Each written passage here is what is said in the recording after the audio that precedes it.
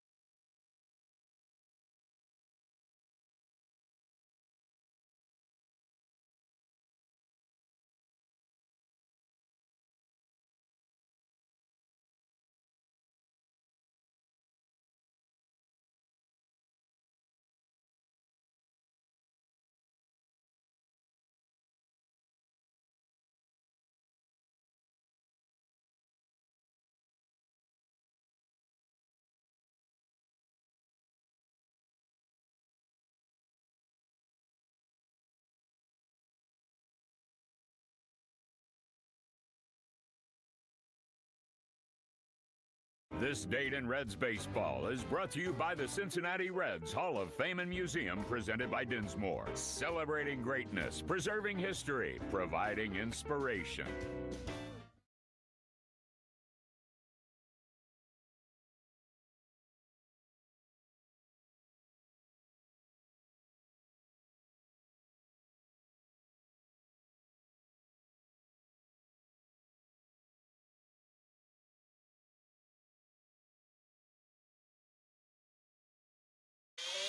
Let's do this.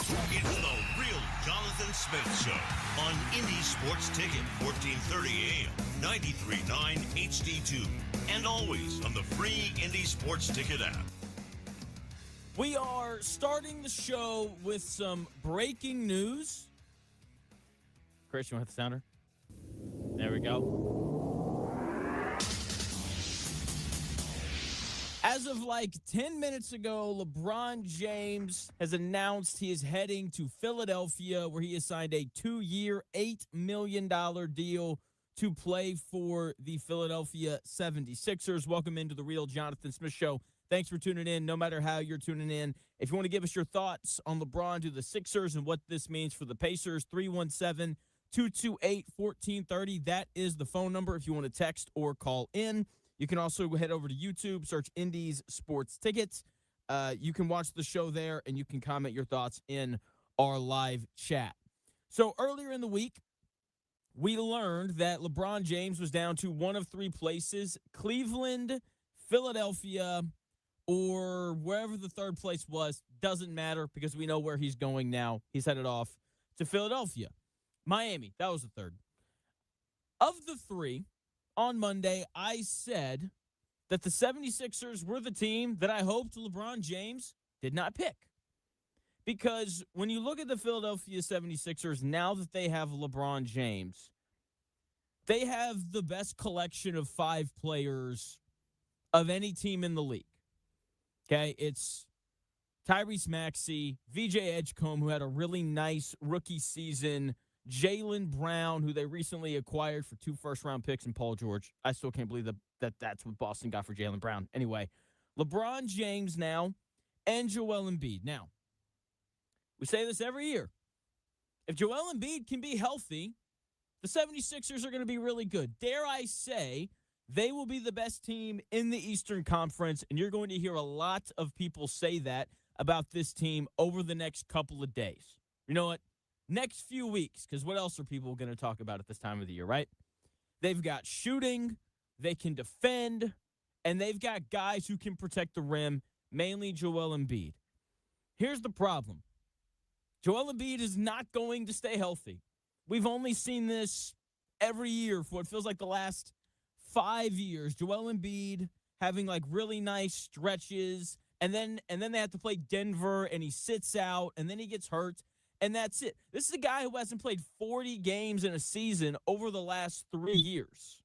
He won the MVP 4 years ago, and since then has been like, I'm good. I don't think I really want to play basketball all that much anymore. Now, with that being said, if he plays, they're going to be awesome. But if he doesn't, which is much more likely in this scenario, they don't have much depth behind him with Andre Drummond heading over to the New York Knicks at the start of this season.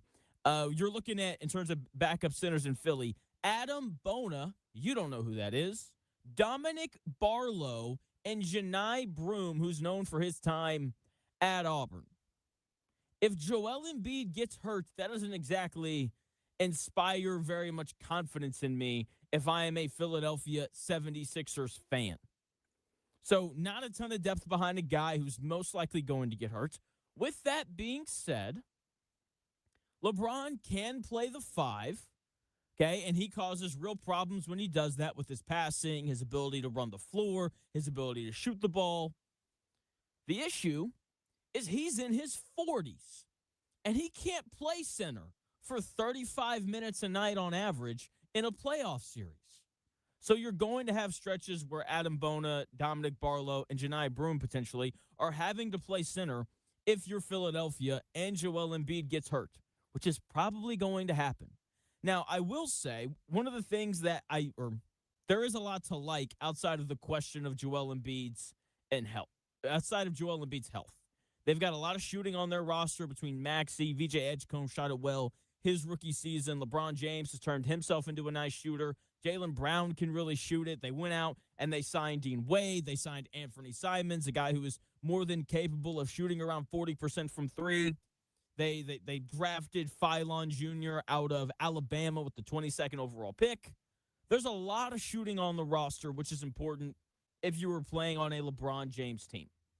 Okay, so there's a lot to like in that aspect. With that being said, I am curious to see fit because Quentin Grimes and Kelly Oubre were two guys that I thought fit in very well there. I thought that they meshed well with Tyrese Maxey. They're both gone. Kelly Oubre, obviously here in Indianapolis now. Quentin Grimes heading out to L.A. to reunite with Luka Doncic. But the amount of star power that the 76ers now have it's by far the best of any team in the NBA. Like, you're not finding a better starting four than LeBron James, Tyrese Maxey, VJ Edgecombe, Jaylen Brown. Let's just make it 5. Joel Embiid for the 25 games that he's going to play this year. Their question is going to be health. And how do all of these new pieces mesh together? If they can stay healthy, it's a big if, then they are absolutely a fair pick to win the Eastern Conference. Okay, my questions are depth, because over the last few seasons, we have seen how important depth is in getting through the season and the playoffs. Right now, I think they have 7 real players that are capable of playing in the playoffs. The problem is they don't have any centers behind Joel Embiid who are. So those 7 guys are Anthony Simons, Dean Wade, and then the starting 5 of Tyrese Maxey, VJ Edgecombe, Jaylen Brown, LeBron James, and Joel Embiid. So if Joel Embiid gets hurt, you're now down to 6.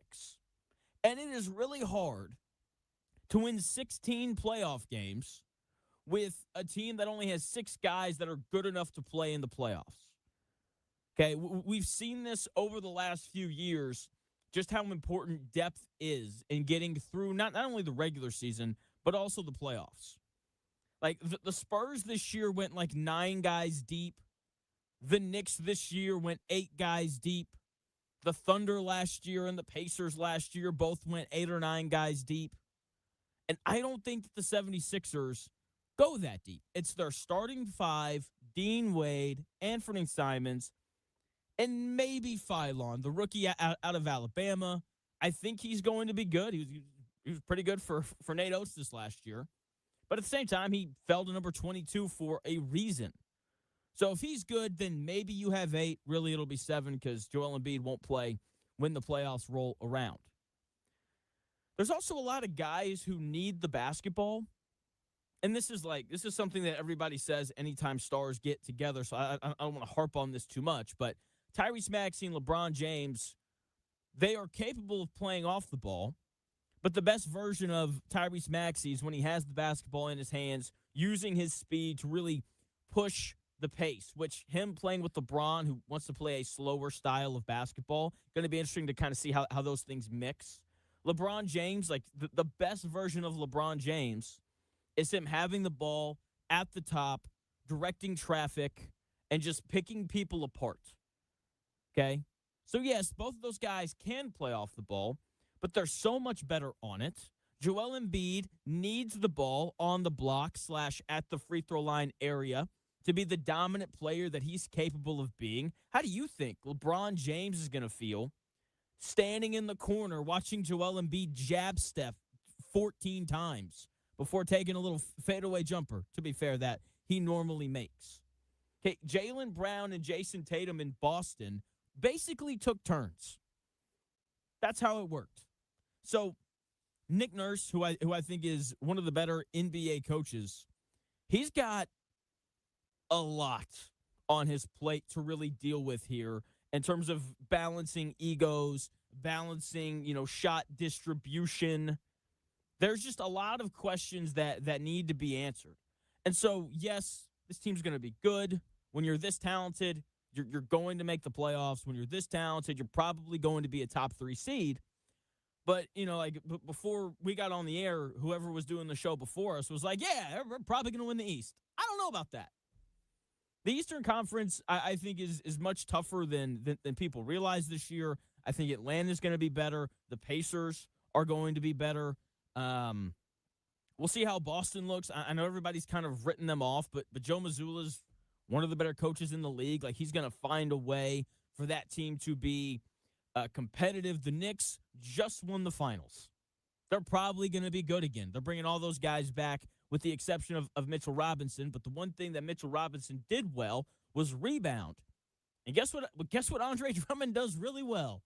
He rebounds. He can also make a corner three now as well. So I don't think this is going to be some cakewalk through the Eastern Conference because the Philadelphia 76ers added 40-year-old LeBron James. Are they better?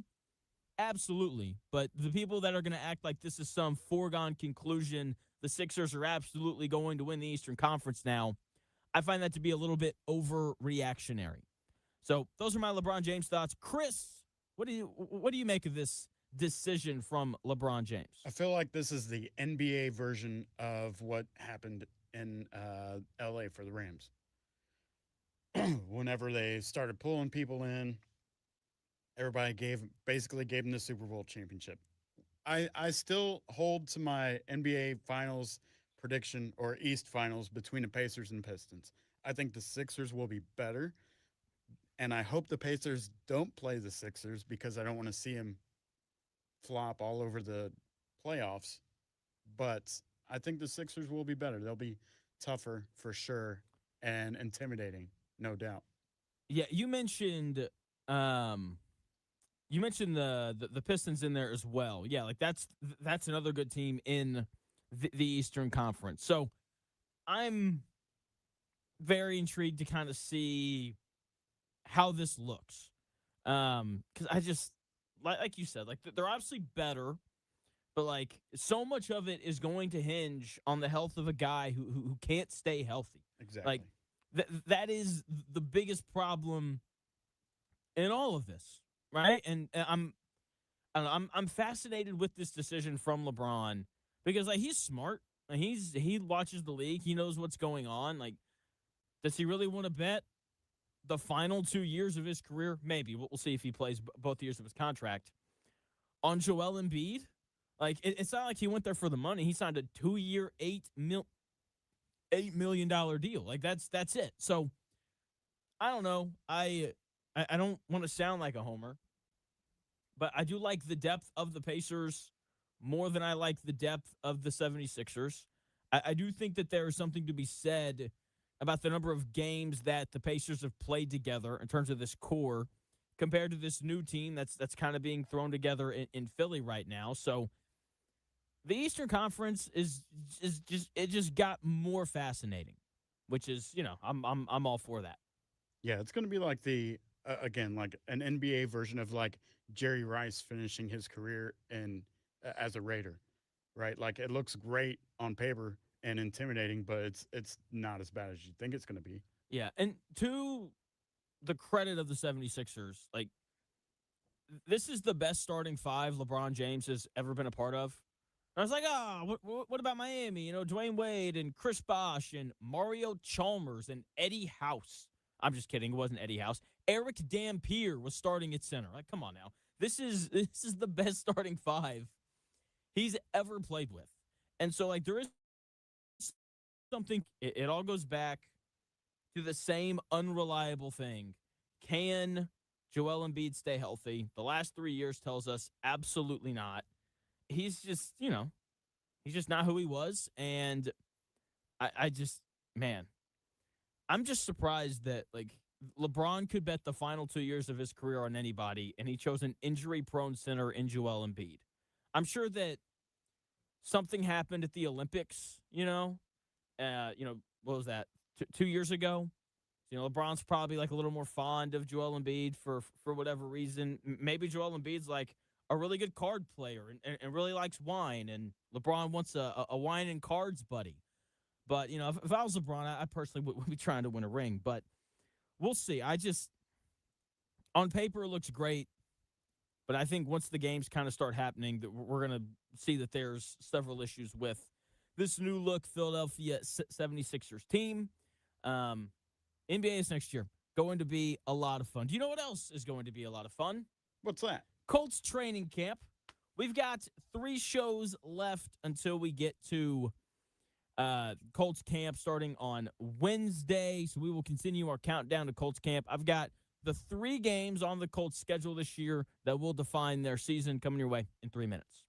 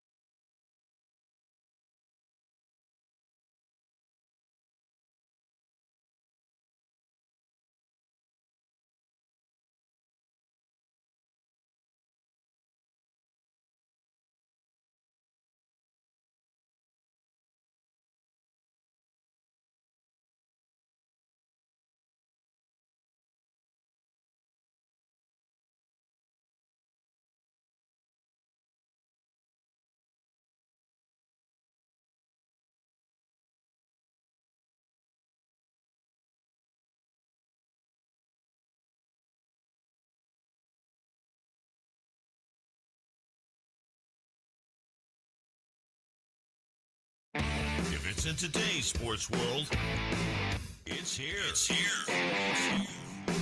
The real Jonathan Smith Show on Indy Sports Ticket 1430 AM, 93.9 HD2, and always on the free Indy Sports Ticket app.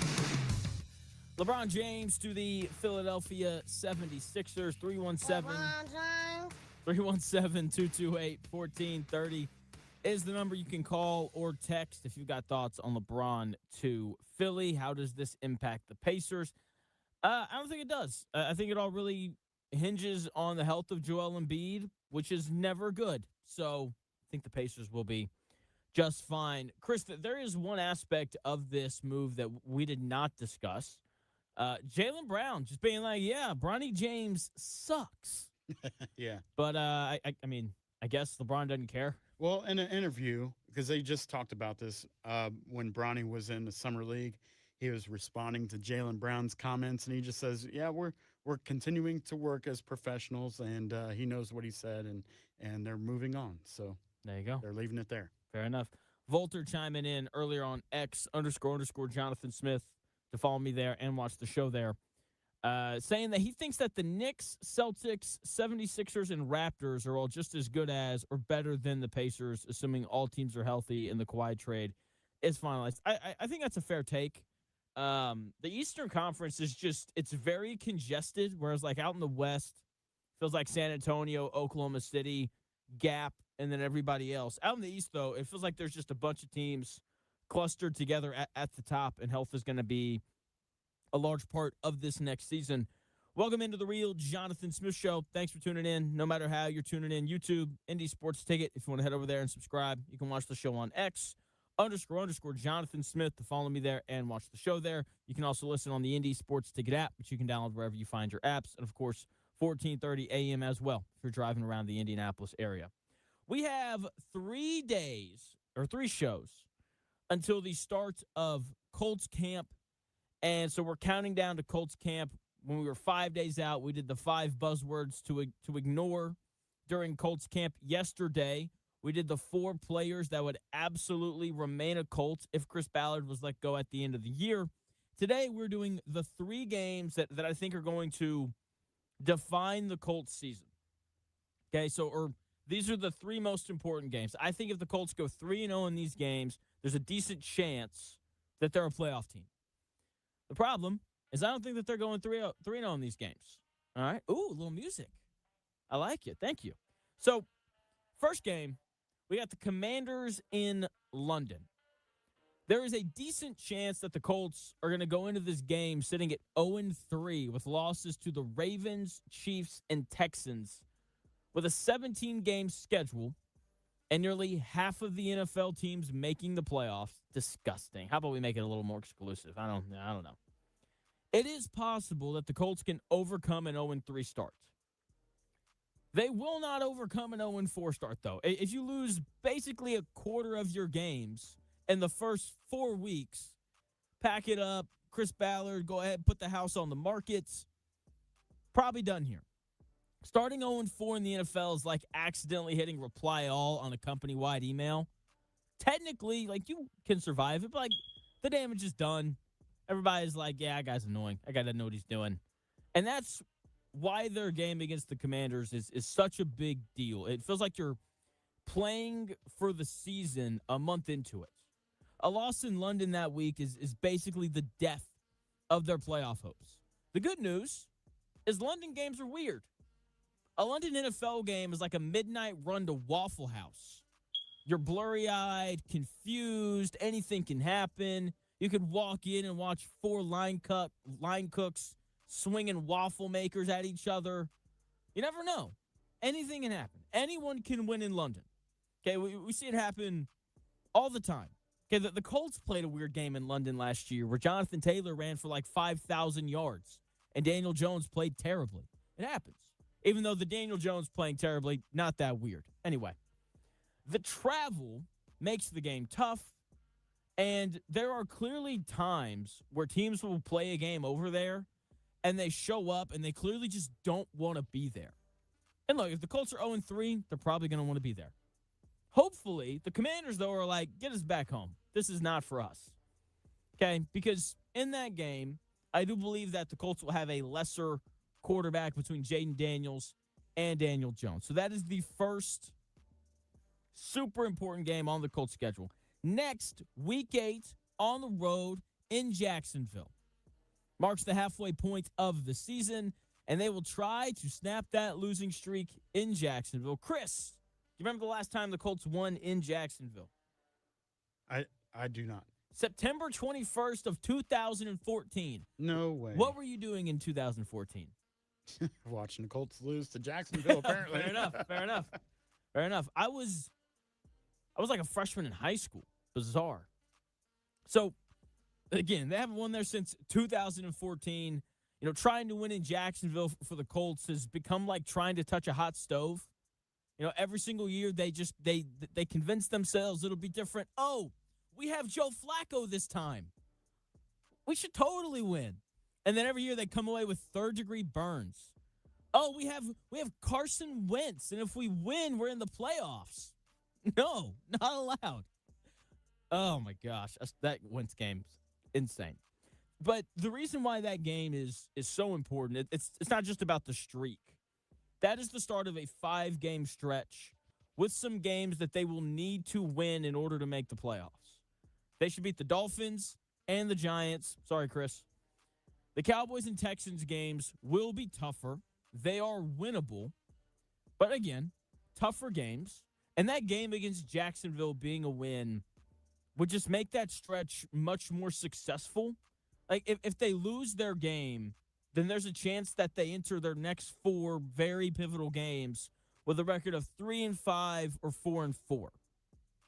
Or 3-5 if they lose, 4-4 if they win that game against Jacksonville.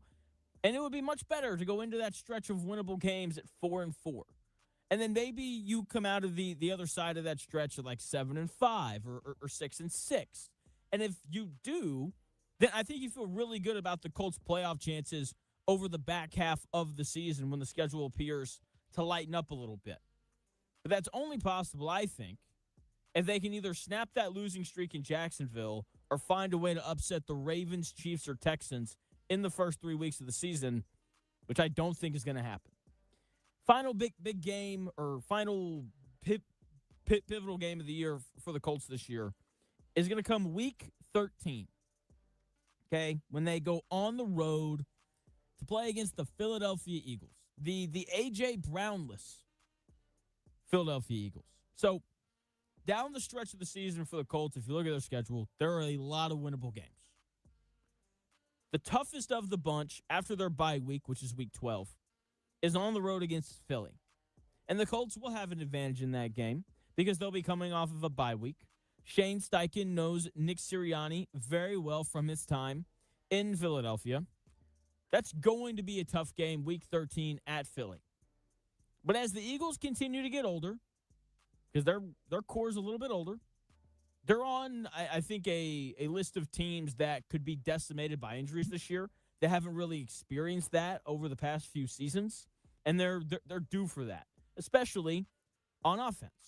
So it is a strangely winnable game for the Colts that could set up a nice stretch of wins at the end of the year. Okay, it's going to be the toughest of their final games, and when the time comes, it may be the most important. Okay, so if the Colts can win these 3 games, if they can beat the Commanders in week 4, if they can beat Jacksonville on the road in week 8, and if they can win at Philadelphia in week 13, there's a decent chance that they're a playoff team. Okay, the Commanders game keeps them from a possible 0-4 start. The Jaguars game gets them to 4-4 halfway through the season. And the Eagles win would allow them to finish strong and potentially get to 10 wins. The problem is, I think they'll lose at least 2 of those games. I think they lose at Jacksonville because they never win there. And I think they'll lose at Philadelphia. It's the reality of it. So I think they lose at least 2 of them, but we will see how the season goes. Chris, what's more likely? LeBron James and the Philadelphia Sixers make the NBA Finals, or the Indianapolis Colts make the playoffs? Ooh. Oh, man, that's a tough one. I would probably have to say, you say more likely to happen? More likely to happen. Sixers with LeBron James to the finals, or the Colts making the playoffs? Probably the Sixers in the finals. More likely for sure. That's how I feel too. I would like to see the Colts sneak out of week 1 with a win over the Ravens, though. Catch them napping. It can happen. I think it's Just hard to made it catch rhyme. teams napping week 1. I think everybody's ready to go. LeBron to Philly is still mind-boggling. Yeah, you know that happened on the coach's birthday. Today is Nick Nurse's birthday. It was a coach of the Sixers. And what a birthday present. Hey, here's LeBron James. Happy birthday. Yeah, seriously. Did you read his I'm going to read his tweet on X. This is from LeBron on his latest decision. Quote, I thought I was done when the season ended. I wasn't ready to announce it, and I knew I needed some time to really decide, but I was pretty sure I played my last game. I was honest at that last press conference when I said I needed to look at myself and decide if I still love this game. I still truly love this game, and I have more to give. Yeah, anyway, the last few weeks have been really special. I've never been able to have no clue what to do and take real time to just think. I've had an incredible few months with all the people I love trying to figure it all out. This is my last decision. I am not going for money. I am not going for family. What am I really playing for at this point? I still want to sacrifice. I still want to work. I still want to grind. I still want to compete to win and to have a chance at the feeling of winning another championship. I believe I can help make the Philadelphia 76ers a championship team. And I am so excited to energize a new fan base and start this incredible journey one last time. Thank you, LA, Miami, I'll forever love, and Northeast Ohio will always be home. Hey, man. Well said, I guess. Good for him. You know, I don't know how much grinding he's going to do. He's going to play like 45 games. Right. Like, I don't know. Sounds nice. If they don't make it to the East Finals, how far do they go in your eyes? Early prediction. They'll make it to the Eastern Conference Finals, I think, at a minimum. So much of it depends on the health of Joel Embiid, right? Like, the reason why they were able to upset the Celtics in the first round, because Joel Embiid was healthy for like 3 games, and he was awesome in one of them on the road in Boston. And then, you know, the rest of the guys kind of took it from there. Paul George was really good. And so now, like, they don't need Joel Embiid to win a first-round series. They probably don't need him to win a second-round series, right? I think the collection of Maxey, LeBron, and Jaylen Brown is enough to do that. The question is going to be the Eastern Conference Finals. Like they're going to need a center in that series, whether they're dealing with Karl Anthony Towns in New York, whether they're dealing with Ivica Zubac here in Indiana. Because, like, look, Adam Bona is not – he's going to be barbecue chicken, as Shaq would call them, for guys like Karl Anthony Towns and Zubac, right? So even Jakob Poeltl, the starting center in Toronto, or Jalen Duren in Detroit, right? So they're going to need a center at some point. Look, even if they get to the finals, like you're dealing with Chet Holmgren or Victor Wembanyama or Nikola Jokic. You probably need a center better than Adam Bona if you're going to win that series. So it all hinges on the health of Joel Embiid. If he can play in the playoffs, I'm not even going to try to think about the regular season for him, then this is a team that's going to be good enough to win the finals. But he's not going to play. He hasn't played in 3 years. Come on now. I know that LeBron pushed really hard for Washington to trade Anthony Davis to wherever he was going to land. You see anything coming out of that? Washington maybe sending Anthony Davis to Philly? Washington or anybody for that matter. It's a great question. The problem is Philadelphia has made it abundantly clear we are not trading Anthony Davis. You mean Washington? Washington, thank you. Like, they're not moving him. If they were, they would have sent him to Golden State, I think. But that obviously didn't happen. If it had, then LeBron would be a Warrior.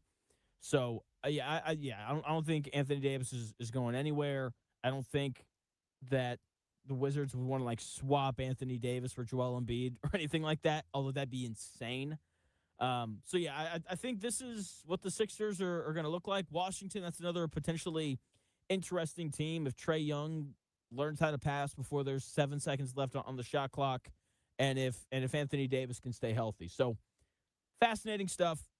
can't wait to see how it goes. I'm also intrigued by this upcoming Indianapolis Colts season because anytime you look at an NFL team's potential season, your mind can wind up in all these different scenarios of things that can happen.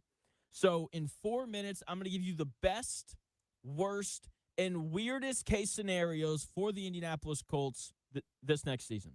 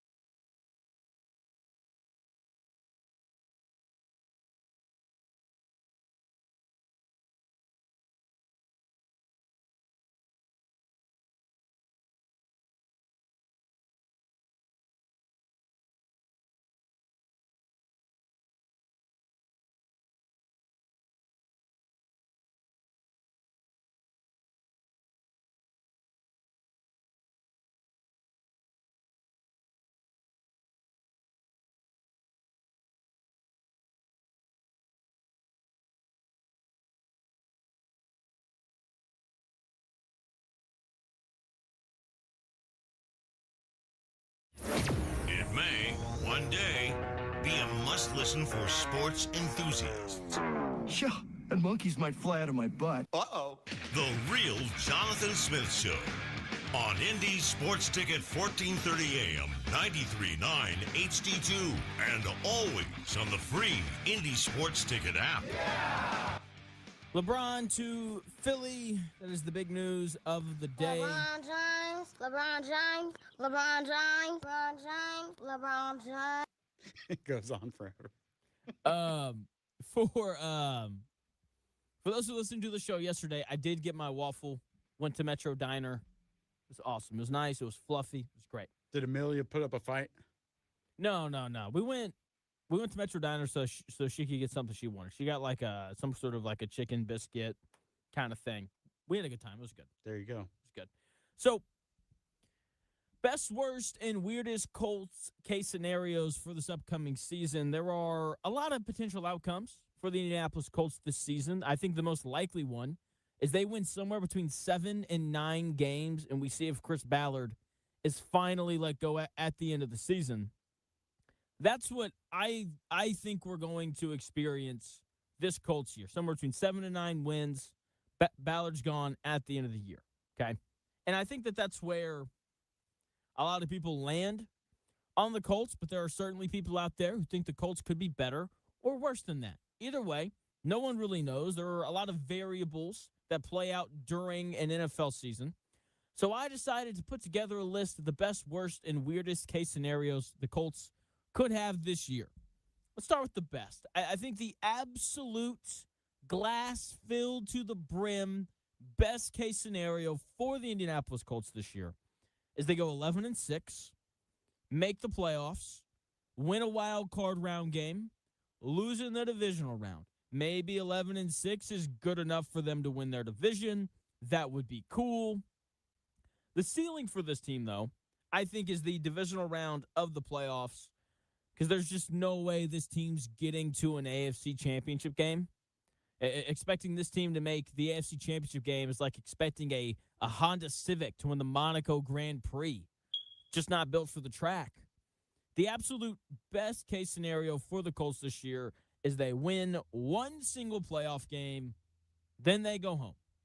That would mean that Daniel Jones has had a really nice year. I'm trying to be more positive, and I think that this is possible. Okay, a lot of things have to go right, but it's possible. Okay, and the biggest thing is his rehab, right? Can he move? Can Daniel Jones evade pressure? When he's got a clean pocket, he's a good NFL quarterback. The problem is when the pocket gets muddied, he struggles. Like when Daniel Jones has a clean pocket, he looks like a former first-round pick. But when the pocket gets muddy, he looks like a guy trying to solve a Rubik's Cube while running from a swarm of bees. You know, things went bad for the Colts and Daniel Jones last year, starting at weeks 8 and 9. Listen to these numbers. Here is his pressure to sack rate by week. So week 1, it was 12.5%. Week 2, 5.9%. Week 3, 0%. Week 4, 11%. Week 5, 0%. Week 6, 9.1%. And then week 7, 6.3%. That's really good. When Daniel Jones is staying away from pressure, he's a very good quarterback. We saw that over those 7 weeks. The Colts started 6-1 through those 7 weeks last year. Their only loss was that game at the Rams, where A.D. Mitchell fumbled the football at the goal line. We'll ignore the 2 interceptions that Daniel Jones threw in that game because we're trying to be more positive. Then weeks 8 through 13, something changed. Okay, his pressure to sack rate jumped up to around 20% in those games, and that is where things went bad. Like the wheels didn't just fall off. The whole axle snapped. Okay, that's where you have his 3-interception game against the Steelers, where he posted a QBR of 12. His rough London game against the Falcons came during that stretch. Shout out Jonathan Taylor for carrying the whole team on his back in that game. Daniel Jones posted a QBR of 28 in that game. They had the game against the Chiefs in that stretch where the offense completely fell apart in the second half, and they went on to lose in overtime. And then they had the game against the Texans where he looked like Anthony Richardson as he completed 51% of his passes. Not great. After week 7, the pressure started to get to Daniel Jones, and he fell off significantly. In order for the Colts to be a playoff team this year, either the pressure can never get to Daniel Jones, or somehow, after 7 years of struggling when pressured, all of that just goes away. Let's be honest.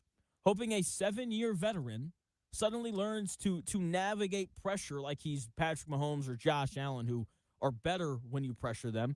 It's like hoping your 10-year-old golden retriever suddenly learns to speak conversational French. It's just out of the realm of possibility. It's not going to happen. Okay, so this goes back to the offensive line and his mobility. Can he move away from the pressure, and can the offensive line stay healthy enough throughout the season to keep him clean. The other part of this, if the Colts were to go 11-6, make the playoffs, and win a playoff game, would be Jonathan Taylor has a monster season again. He was on pace to be the offensive player of the year last year before everything went to hell. Okay, that game against the Falcons from him in London, it was one of the best displays I've ever seen from an NFL running back. Everything was falling apart. Daniel Jones couldn't complete a pass.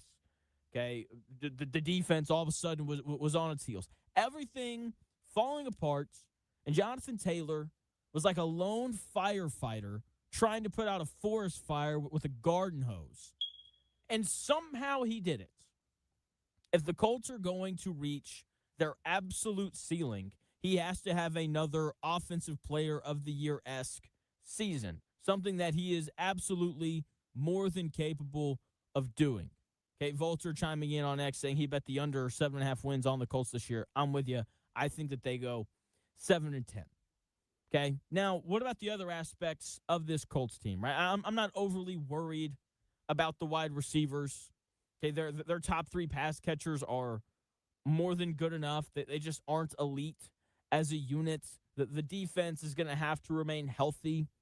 Okay, we'll have to see improvement from Leatu Latu, and the back end of their defense is going to have to carry a lot of the weight. Okay, the 3 young guys, C.J. Allen, A.J. Halsey, and Justin Wally, will all have to be good immediately for the defense to be good enough to make the playoffs and win a playoff game. Okay, so that's what has to happen defensively.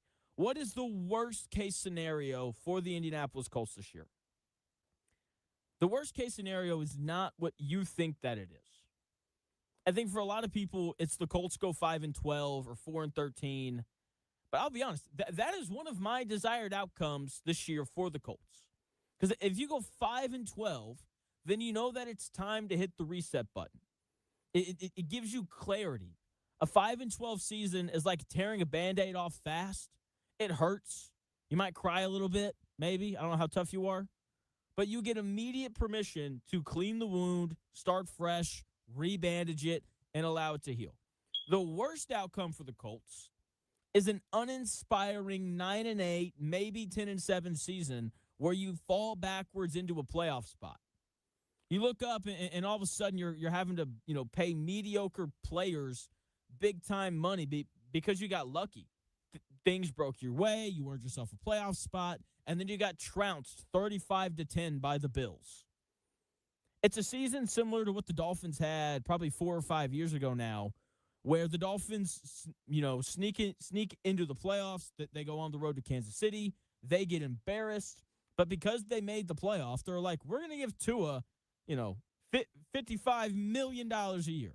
And then it just kind of threw their entire franchise off course until they finally, got rid of him and sent him to Atlanta. And they're still off course because they're having to deal with all of the dead cap money. That is the last thing that the Colts need to deal with. Fall backwards into a playoff spot at like 9-8, and then say, you know what? We made the playoffs. Let's pay Daniel Jones $55 million a year over the next 5 years. Because if you make the playoffs for the first time in 6 years, there is going to be pressure to extend Daniel Jones again and give him more money, even if he's not inspiring during the season. Okay, if that happens, then it will put the Colts in a tough spot because it'll be the season of just good enoughs. Like Daniel Jones was just good enough to get you in the playoffs. Is that worthy of a big extension? Fans are going to be calling for it, saying things like, we can build off this. Even though the majority of the impact players on this Colts team are older, they're probably not getting better. Okay, you're then committed to an older running back in Jonathan Taylor for the long haul. As good as he is, I don't really like the idea of that. The Colts might have to talk themselves into DeForest Buckner, extending him. If Latu's like a 10.5 sack guy, which is good, not great, then do you end up overpaying him? Barely making the playoffs to get crushed by whoever they play is the worst case scenario for the Indianapolis Colts this year because it results in the same thing we've seen from them for the last 5 seasons. They would continue to be a franchise with no direction, no real franchise quarterback. Chris Ballard would probably get an extension, and we'd then be gearing up for several more 9-8-ish seasons with occasional playoff bursts that result in the Colts getting crushed by a team way better than them. I don't think anyone wants any more of what we've gotten from the Colts over the last 5 seasons. And going 9-8, falling into, a playoff spot, that's what you would get. We'd be setting ourselves up for 5 more years of around 500 football. We would just turn into the Pittsburgh Steelers. Great for them. The weirdest scenario for the Indianapolis Colts this year, I'm so excited for this. The weirdest case scenario for the Colts this year is the Colts get off to a bad start and they pull the plug early and they decide to fire everybody. Like the Colts start 1-6. And it's like, all right, Chris, you're done. All right, Coach Steichen, you're done. Then Carly Ursay-Gordon decides to pull a PR stunt that only rivals her father's call to bring Jeff Saturday out from behind an ESPN desk to be the interim head coach. Instead of making Jim Bob Cooter or Lou Anarumo the interim head coach, she makes herself the interim head coach. She says, you know what? I've been hanging out on the sidelines, listening in on the headsets. I've been in meetings. I can do this. She would then be the first female head coach in the history of the NFL. ESPN would immediately be like, put the Colts on prime time, even though they're 1-6. Give them every Monday Night Football game the rest of the way. We got the first female head coach in the history of the NFL.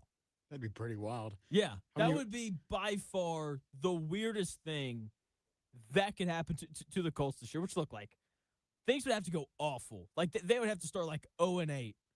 It would have to be a pretty dire situation. And to be fair to Carly Ursay-Gordon, like she doesn't seem like that kind of an owner that would want to fire a coach in the middle of the season. That being said, we don't know much about her. So maybe. But, she did also allow for Chris Ballard to come back for another season. So I don't think she's the one. She's one to rush to judgment in that way. She also seems to understand how good of a head coach Shane Steichen is. There'd have to be, I think, a pretty complete 180 in her thinking for this to happen. That's why this would be by far the weirdest outcome, I think, of anything that could happen to the Indianapolis Colts this year. Again, that is me being silly. That is not going to happen. But that would absolutely be the weirdest thing that could happen to the Indianapolis Colts this year. The entire team would quit. Like, they would leave. They're like, no, I'm good, bro. Oh, man. That would be so funny, though. That would be awesome. What do you think her record would be if that actually happened? Like, not because of her, but, like, if the Colts start 0-8, like, it's already a bad team. Yeah, not good at all. Not good at all. Let's not play the Patriots during that stint if she becomes a head coach. You know what's going to happen there. What? Mike Vrabel shaking hands, among other things, in the middle of the field. Oh, jeez. That's so funny. No, Mike, that's a bad Mike. Volter on X chiming in saying, Richardson being traded during camp and stepping in for an injured quarterback and succeeding is an absolute doomsday scenario as well. I don't know. That'd probably result in Chris Ballard getting fired, so I don't think that would be the end of the world. But no, like I get it. It would also depend on how good Daniel Jones was. Like if he's really good this year, I think we'll be happy over here. I don't know. I don't know what the reaction would be if Anthony Richardson went somewhere else and then was awesome. I think it'd be pretty mixed, honestly. So we'll see. But yeah, that's my best case scenario, 11-6, win a playoff game. Worst case scenario, Colts go 9-8, make the playoffs and get crushed in the first round. Weirdest case scenario, Colts start like 0-8. Carly Ursay-Gordon fires everybody and makes herself the interim head coach. That just sounds hilarious. Because it is. That'd be so funny. Again, not going to happen. Zero chance whatsoever. But it'd be pretty funny. Absolutely. Have you seen the structure that they put up in the Buffalo Bills stadium with the broken table? Yeah. What do you think the Colts structure thing would be similar to that? What would we put on our concourse that would be similar to a broken table for the Colts? I don't know, 9-8. That's good. I mean, seriously, like, yeah, we don't have any tradition like jumping through tables. Okay. No, wait, I got it. You know what I mean? Quentin Nelson jersey with a braided belt with on jorts, just hanging, Yeah, that could something be like it that. for sure. Oh man, that'd be funny. Not as funny as the Indiana basketball and Peru broadcast the other night. If you missed that, go back and watch 5 minutes of it if you just need something to watch for your enjoyment. Indiana basketball played again last night. They played against the Virgin Islands. The broadcast, much better than it was against Peru. Virgin Islands, much better than Peru in general. I look, again, Indiana, they won by like 59, or excuse me, they won by 57. Okay, so it's not like we learned a ton. There was a freshman for Indiana basketball last night that really jumped off the screen when you watched him. I'm very intrigued to kind of see how he looks when, Indiana plays against teams that are actually good, but there's some talent there. My thoughts on Indiana basketball's win over the Virgin Islands last night at 1 o'clock. First, Chris, is yours. Sports update. Thanks, Jonathan. Here's what's trending this hour. If you're just tuning in and haven't heard the news yet, LeBron James signed a 2-year deal with the Philadelphia 76ers for $8 million with a player option. So 76ers got a slightly new look today. The Indiana Fever now hold the third highest betting odds to win the 2026 WNBA championship, now behind Las Vegas Aces and the Golden State Valkyries. The Fever are off until Tuesday when they play the Storm in Seattle. Of course, the WNBA All-Star Game tomorrow at 3:30 on ABC. If you feel like you can't miss that one. NASCAR in town this weekend with the Brickyard 400 on Sunday. The race starts at 2 o'clock on TNT, and it is not sold out, but NASCAR does not follow TV blackout rules, so you will be able to catch it there. Obi Toppin from the Pacers. Yeah, he's been named the pace car driver for Sunday's race. The Craftsman Truck Series race is not at IMS tonight. It's actually out in Brownsburg at Lucas Oil Raceway with the 8:17 start time. That's what's trending this hour. More of the Real Jonathan Smith Show after the break on ND Sports Ticket 1430.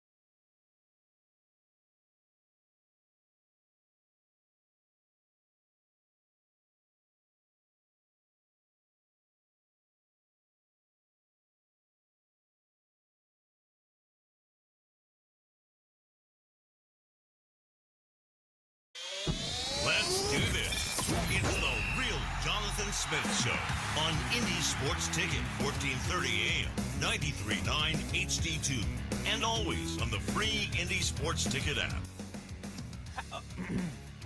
Hour number 2 of the real Jonathan Smith Show getting underway. Covered a lot of ground in hour 1. A lot of Colts. LeBron James signing a 2-year, $8 million deal with the Philadelphia 76ers. We'll keep talking about it throughout the day. But I do want to talk a little bit of Indiana basketball. Played last night against the Virgin Islands. If you watched the Peru game, I was, like I did, you were probably intrigued to see how this whole presentation would go. Welcome into the real Jonathan Smith Show here on Indy Sports Ticket. Thanks for tuning in, no matter how you're tuning in, YouTube, X, the Indy Sports Ticket app, or 1430 AM. So, good news. The game started on time last night. If you got onto YouTube and you searched up for FISA America and you clicked on the basketball live stream right at 6, they had it on the IU game. So, immediately improvements compared to the Peru game. Now, there was still no clock or way to know what quarter they were in, but the announcer was better. He didn't sound like a 12-year-old shouting through a drive-through headset. Sounded like a grown man. That was nice. The game wasn't laggy for me, which was good, unlike that first Peru game. So, much better broadcast this time through. Shout out to Juicy Lucy for sponsoring the game. I just love the idea of Juicy Lucy sponsoring a game played by the Virgin Islands. You can't make that placement up. What kind of product was it? It was a hamburger. Okay. All right. Just a raw beef patty. Good. Juicy Lucy. There you go. There we go. Oh, my gosh. What's today's date? 24th. 24. Okay. Yeah, so good old Juicy Lucy holding it down for the game last night in terms of that was still, when I saw it, I just started cackling. It was good. Now, the Virgin Islands, much better than Peru. They had more size, had a couple of 7-footers out there, so that immediately helped. Unlike Peru, whose tallest player was 6'4", they pressed Indiana for a lot of the game, picked up full court. Turned IU over a couple times because of that. They hit a couple of tough shots. They threw a couple alley-oops. They were so much better than Peru. Like playing Peru was a warm-up drill. Playing the Virgin Islands was at least a scrimmage against a bad Division II school. The Virgin Islands scored more than 35 points in the first half, which was Peru's total on Tuesday against IU. So Indiana ended up winning the game by 57 with a final score of 120 to 63. So it's not like it was super stiff competition, but I honestly I feel bad for nice. I feel bad for Brendan Sorsby. Word is he had the Hoosiers minus 59.5 in the game, so his parlay didn't hit. You're lying. Let me finish the joke, man. Oh, sorry. Parlay didn't hit. Hard to become a millionaire when you can't play college football, NFL football, Canadian football, or hit your parlays. Tough life out there for Brendan Sorsby. On a more serious note, I was very impressed with freshman Vaughn Carvalho. I'm sure I'm saying his name wrong. You fans, please don't hate me. It's just, a thing. So Vaughn Carvalho, he's a 6'6" wing out of Wisconsin. He's a freshman, number 1 ranked player in the state of Wisconsin, 4th rated player in his region, 87th overall ranked freshman in the country. He was awesome last night. And it's not just because he shot the ball well. Don't get me wrong. He shot the ball well, hit 5 threes in the first half alone, but he just clearly had a very good feel for spacing and just knowing where to be off the ball. I thought he was always moving to open space. That doesn't seem like a hard thing to do. But it's incredible. Just how many young college basketball players don't know how to just not get in the way.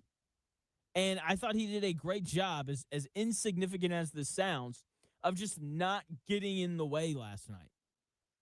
Okay, he was always where he was supposed to be. Even when Indiana wasn't running a set play, by the way, they did run a couple sets that resulted in buckets. That was nice to see. There were a lot of attempts to win one-on-one for IU last night. Look, they won a lot of them because the Virgin Islands aren't very good. But the thing that I really liked about Von Carvalho was you didn't see any of that from him. Like, he wasn't calling for ISOs. He wasn't telling everybody to, get out of the way. He just moved to the right spot. His teammates found him, and he scored. Watching a freshman move off the ball that well, it was like watching someone merge effortlessly onto a crowded interstate without having to tap their brakes. It was impressive. He just seamlessly slotted right into the speed of the game, and when he caught the basketball, he rarely took more than one dribble. Okay, like he had over 30 last night. Again, there's no box score to be found, but he had 30. He hit like 8 threes. Okay, he was incredible. He got some easy buckets off cuts to the rim, and just by running in transition, had like a nice little dunk. I really like his game. And this is one thing that I think has separated Purdue from Indiana in years past. Like, Purdue always seems to bring in basketball players that are one of two things. One, incredibly tall. Or two, they just know how to play the game. That's why Braden Smith and Fletcher Lawyer were impactful so quickly. Like, they showed up as freshmen, knew exactly what they were good at, and they knew exactly how to implement that into their games at the college level. With Indiana, it's like, oh, they got this 5-star guy who's never not been the best player on his team, and then they struggle, and then they transfer to Duke or whatever it is, right? Carvalho seems like a guy for Indiana that just understands how to play the game. Now, look, it's one game against a bad team, but I do think that he's the kind of guy that Coach DeVries is looking for. And I do think that he'll play quite a bit for Indiana this year just because he understands how to play basketball. Outside of him, look, there are a lot of guys for IU last night that scored a lot of points. But, I mean, no one else really jumped off the screen in terms of how they played. Like, look, IU scored 120 points. They had a bunch of guys hit a lot of shots. They got stops. There were some blocks. There were some dunks. But in terms of how a guy played and went about getting his points, no one else jumped off the screen the way that Carvalho did. So I know people are asking me, like, how did this, like, on how, like, on Alexis playing, I don't even know who that is. Okay, like, I haven't done all my Indiana basketball research quite yet. But Carvalho was so good last night that I was like, I need to figure out who that guy is, because he's going to be, I think, at least decently important for the Indiana Hoosiers this next season. Okay. So last night, go ahead. I was going to say, Richard said a juicy Lucy is a hamburger with cheese inside of it. You ever had anything like that? Oh, there's cheese inside of the burger. Inside of the meat, yeah. Oh, there you go. What's inside of the meat? Cheese. Cheese inside of the meat. It's apparently very big in the Caribbean. Oh. I don't think it's Cheese Whiz, but that'd be weird. But blue cheese is another option. Okay. But I don't know. That sounds good. Yeah. At Tailgate, we have burgers with stuff inside of them, like bacon and stuff. But I don't. You like stuff in your meat? Yeah, I do. I get it. Absolutely. Don't we all? Oh, man. All right. Sorry to. No. You're good. Hey, that's valuable information. A Juicy Lucy is a hamburger stuffed with cheese. There you go. If you had other options to stuff your hamburger meat with, what would you choose other than cheese? I don't know.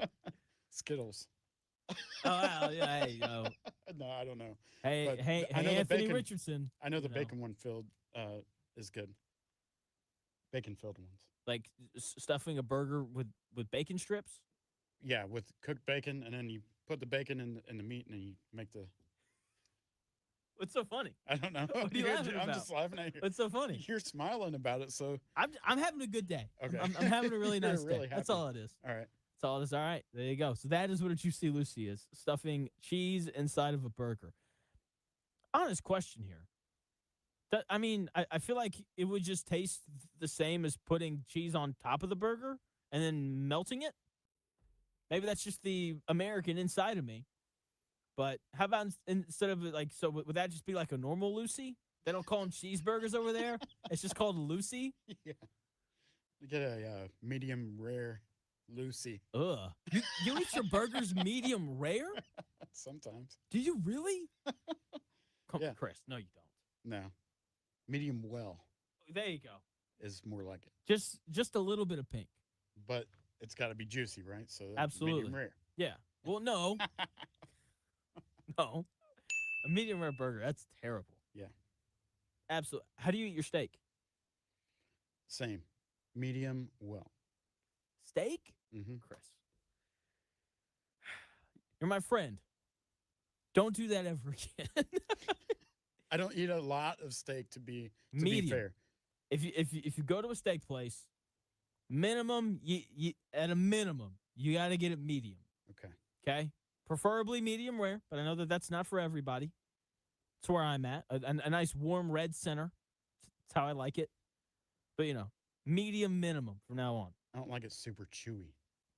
Not super chewy. It's not. Well, I mean, just don't do the Orlovsky. Don't go to St. Elmo's and get your steak well done with ketchup. Seriously, Sounds terrible. every year, the NFL Combine is here.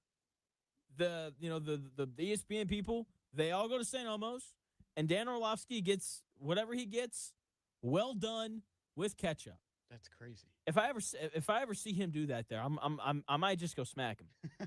But hey, man, this is more embarrassing than when you ran out of the back of the end zone on accident. Right. Like, come on now. Oh man, we're a little off topic, but that's okay. So the WNBA All-Star Weekend, it's very quickly approaching, and there are times where I'm prepping for the show, putting in the work, as LeBron James claims that he wants to continue doing. I'm out there grinding, and I have an idea that's awesome. And this Funless Friday is awesome. We're going to do it at 1:20. I'm teasing it right now. It is half-baked ideas to make the WNBA All-Star Weekend better. If you don't know what a half-baked idea is, it's an idea that's basically halfway thought through that just sounds awesome. So we're going to do those at 1:20.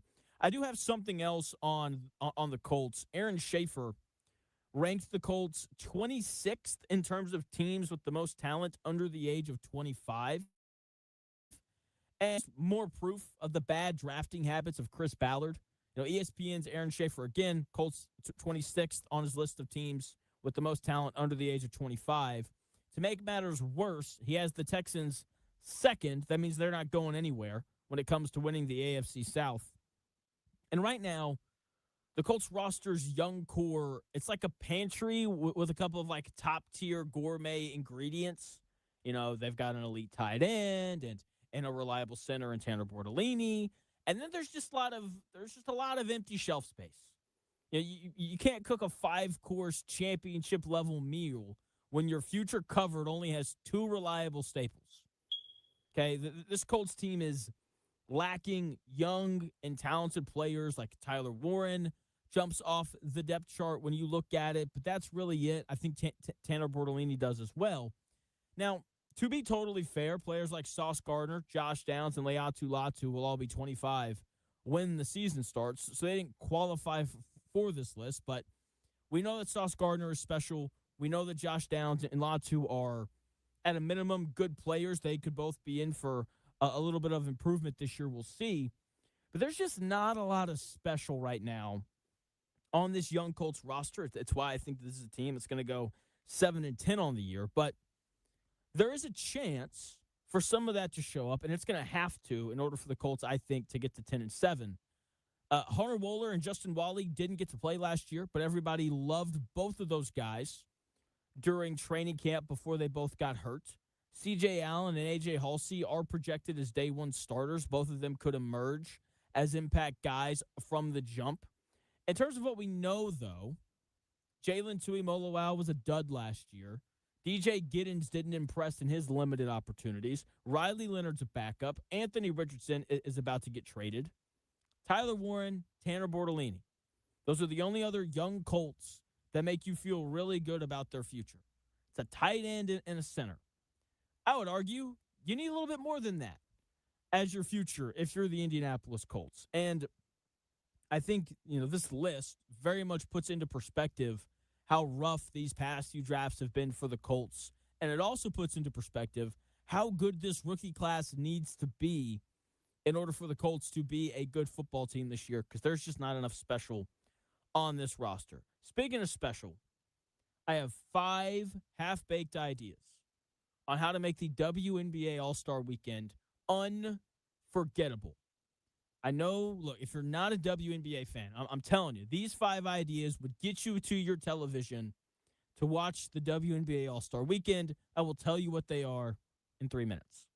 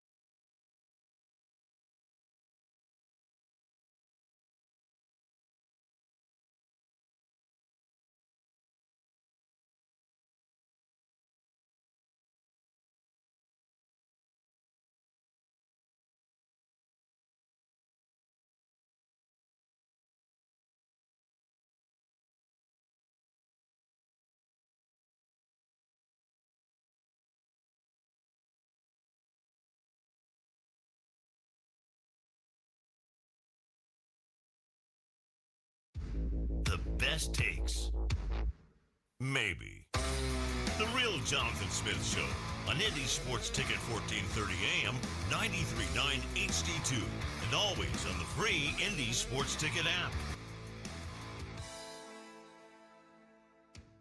We got the WNBA All-Star Weekend coming up this weekend. Events Saturday and Sunday. Caitlin Clark, Leah Boston, and Kelsey Mitchell, your 3 All-Stars from this Indiana Fever team. Welcome into the real Jonathan Smith Show here on Indy Sports Ticket. Thanks for tuning in. No matter how you're tuning in, whether that's YouTube, Indy Sports Ticket, if you want to head over there and subscribe, you can watch the show on X__Jonathan Smith to follow me there and watch the show there. You can also listen on the Indy Sports Ticket app, which you can download wherever you find your apps. And, of course, 14:30 a.m. as well if you're driving around the Indianapolis area. The goal of any All-Star Weekend is to be entertaining. That is the goal. Like, that is the point of the three-point contest. That is the point of the dunk contest during the NBA's All-Star Weekend. That is the point of the All-Star Game. The goal is to be entertaining. And the lineup for the WNBA All-Star Weekend currently is not entertaining. They do all of the things that the NBA does for their All-Star Weekend, minus the dunk contest, and they do those events worse. So I've come up with 5 half-baked ideas on how to make the WNBA All-Star Weekend better. Before I get to them, I have an honorable mention that didn't quite make the list. Chris, I think that you're going to like this one. Wait, do you want the bed? Right? Oh, yeah, absolutely. Let's do that. Funless Friday, let's go. It's Funless Friday!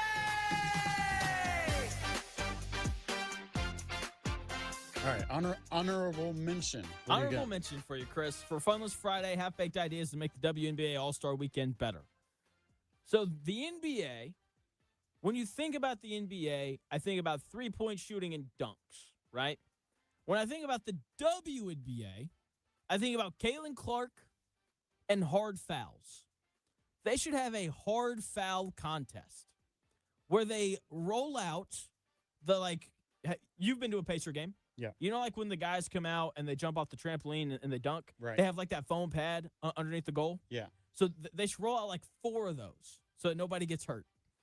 And we should just have, and we should set up sensors to see how much force is being applied. And whoever delivers the hardest foul wins. I would watch that. I would absolutely watch that. I think that'd be awesome. For sure. Yeah, it's Sophie Cunningham tackling somebody again. Be great. I think everybody would love to watch it. So that's my honorable mention idea. Nice. A more serious one here. Number 5, half-baked ideas to make the WNBA All-Star Weekend better. A one-on-one tournament. There is so much hatred and animosity between all of these players. None of them seem to like each other. And you can't, like, bring in a boxing ring and just have them fight in the middle of the arena. But you can allow them to play one-on-one. I know no one watches the Rivals League in the offseason, but during, like, the Rivals All-Star Weekend, they had a one-on-one tournament, and it was a success. Okay, and you know everyone would want a piece of Caitlin Clark, and I do think that Caitlin Clark is the kind of competitor to accept that challenge. I do not care about the WNBA's three-point shooting contest. It likely won't be better than the NBA's. I don't care about their skills challenge. It probably won't be better than the NBA's. The NBA does not play one-on-one during All-Star Weekend. And a one-on-one tournament for the WNBA during All-Star Weekend is something that could make their weekend unique compared to the NBA's. What do you make of this idea? I like it. That's a good idea. One-on-one. I don't know how many people would watch outside of Caitlin Clark or if she wasn't in that particular contest, but it would still be entertaining. Okay. Like what, like first to 5 kind of thing or Yeah. something like that? Play to like 11, Sure. 1s and 2s or something. Okay. All right, that's my most tame idea. Number 4 on my 5 half-baked ideas to make the WNBA All-Star Weekend better. This is not a joke. I know I'm laughing, but I'm so serious when I say this. They should do a WNBA fashion show. They could do this for the NBA as well. Pre-game outfits are a huge deal in the WNBA. Every team's social media team posts videos of the players walking in. Like, before every Fever game, the Fever account is posting Caitlin Clark's pregame fit. They're posting, you remember a couple years ago, Sophie Cunningham went viral because of what she wore pregame.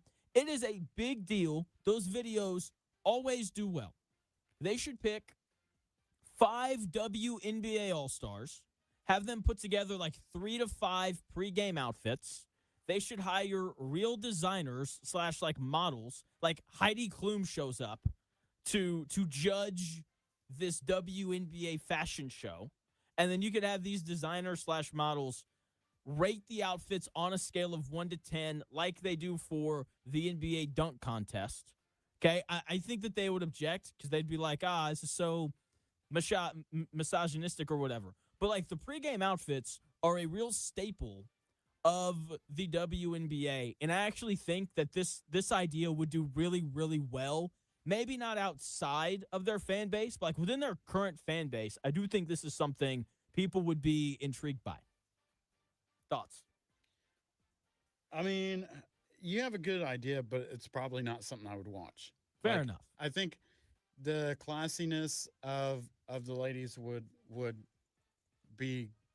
I think they're going to dress up anyway. I don't know if They are. putting Yeah, a yeah. contest along with it would make it more watchable. Ooh, winner, no idea. Winner gets like a special outfit designed for them to wear pregame for the WNBA All-Star game. Okay. Just another idea in that. No, that's good. Yeah, I don't know. I'm not totally with that one, but it's Okay. not a bad idea. That's either. fine. Okay. These last 3 are insane, but here we go. Okay. Number 3, shout out to my buddy Matt on this one. We have the WNBA All-Star team play a ladder-styled tournament. We have them play the best collection of 12-year-old boys, of 12-year-old boy basketball players in the country. And if they win, the WNBA All-Stars then play the best 13-year-old boys in the country, and they keep going until they lose. Like, do you remember when the U.S. women's national team lost to the 15U team? Do you know what I'm talking about? No. So the U.S. women's national team won the World Cup, and then they played a 15U all-boys team, and they lost. That's kind of the vibe that I'm going for here. Like, at what point do the best boy basketball players in America beat the best WNBA players? Like, I'll never forget when Dan Dockich was in here saying that his, like, 6th grade team would beat a lot of these WNBA teams, which I believe him. When he runs through the roster, it's pretty insane. But I would like to put that idea to the test. I know it'll never happen, but I do think a lot of people would watch. I'd like that better than the fashion show. Fair enough. Fair enough. But yeah, little more entertaining there. Oh, absolutely. All right. Number 2, Nancy Armour. That's the lady from That's USA the lady Today, from right? USA Today who Okay. wrote the article on Caitlin Clark. Sure. Nancy Armour should have to host a Charlie Kirk-styled event where she sits under a tent and Caitlin Clark fans are allowed to approach her and ask whatever questions and debate her on whatever they want. For those who don't know, who missed this yesterday, Nancy Armour wrote an article for USA Today comparing Caitlin Clark's complaining to officials to the lynching of Emmett Till. She also called the Caitlin Clark fans racist. I think a televised event of her talking to Caitlin Clark fans would do numbers. The entire state of Iowa alone would show up to this. I would tune in because there are absolutely some crazy Caitlin Clark fans out there. And I think watching Nancy Armour debate with these people would be fascinating. Dude, she would get destroyed. They would have to Absolutely destroyed. they would have to have like so much security. Like they would have to rent out. So for those who don't know, the WNBA All-Star Weekend, it's in Chicago this year. They would have to like rent out the United Center where the Bulls play Yeah. in order to be able to hold all of these people. Which there goes Caitlin Clark once again selling out NBA stadiums, just doing what she always seems to do. So yeah, I think that would be fascinating. What do you think? Yeah, that would be interesting to say the least. No doubt. Man, your mind has gone crazy over the last few hours. Dude, huh? it's like this.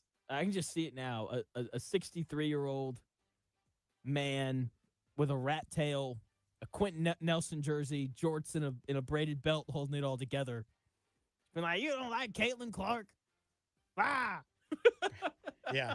Probably put old Nancy on a dunk tank or something with a pool full of piranhas or something. You know what I mean? I don't know about the promise. That's probably one step too far. But like a Nancy armored dunk tank to raise money for whatever she wants to raise money for. That's actually a great idea. Yes. Let's do that. Like at FanFest, like step right up, $10. Can we put a couple piranhas in there though? Like just like two. Yeah.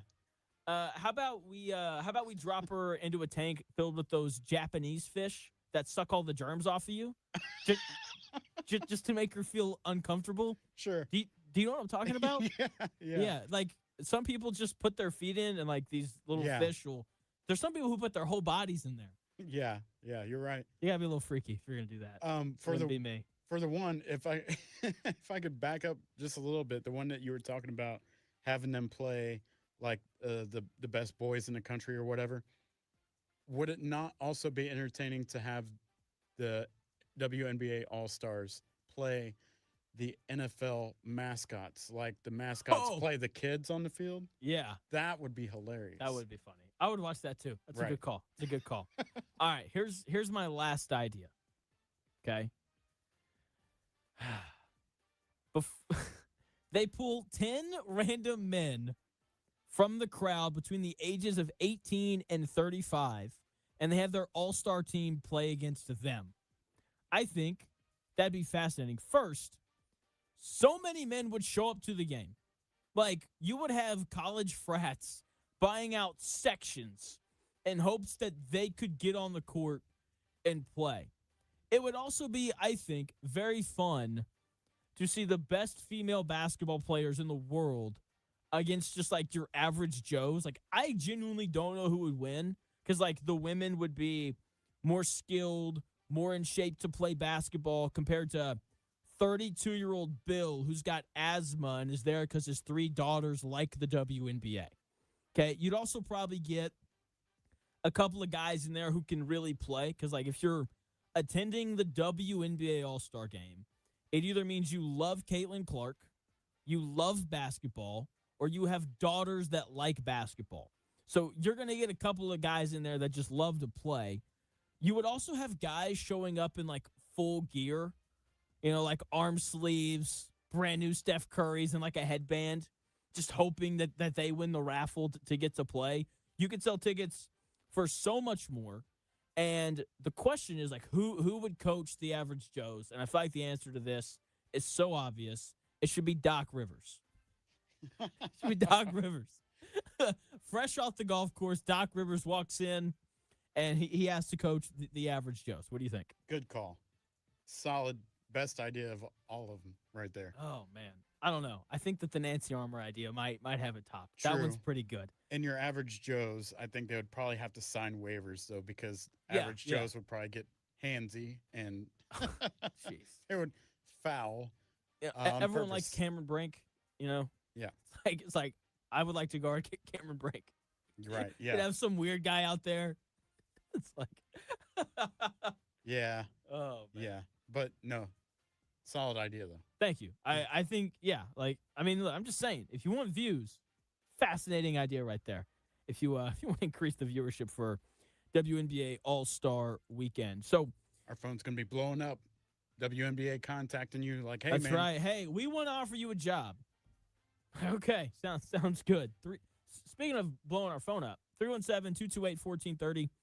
That is the number. I am open to any and all half-baked ideas to make the WNBA All-Star Weekend better. Someone says that I should talk about Kelsey Mitchell being the MVP of the WNBA. I'm not going to do that.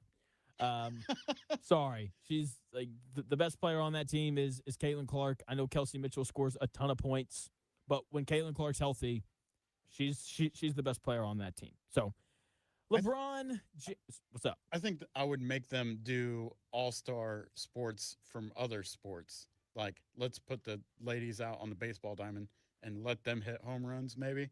I don't know. You want the Pro Bowl where they do everything but play football. Right. Okay, fair enough. All right. LeBron James signed a 2-year, $8 million deal with the Philadelphia 76ers. LeBron James. There you go. Good old LeBron. That kid is going to live on forever. So he is headed to Philly. What does this mean for the Indiana Pacers, the Eastern Conference, and the rest of the NBA? I will tell you in 3 minutes.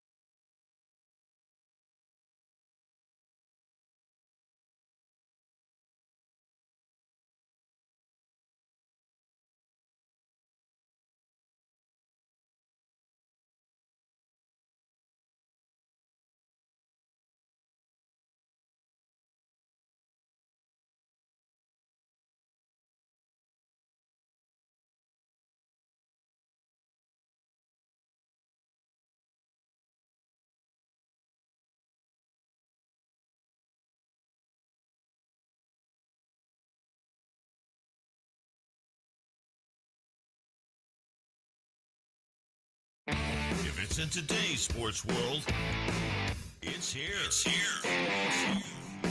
The real Jonathan Smith Show on Indy Sports Ticket 1430 AM, 93.9 HD2, and always on the free Indy Sports Ticket app. So the LeBron James to Philadelphia news has completely taken over the internet. Chris, if you had to make a list of the worst social media sites to see the reactions to LeBron James going to Philadelphia, what do you think would be at the top of your list? I don't know.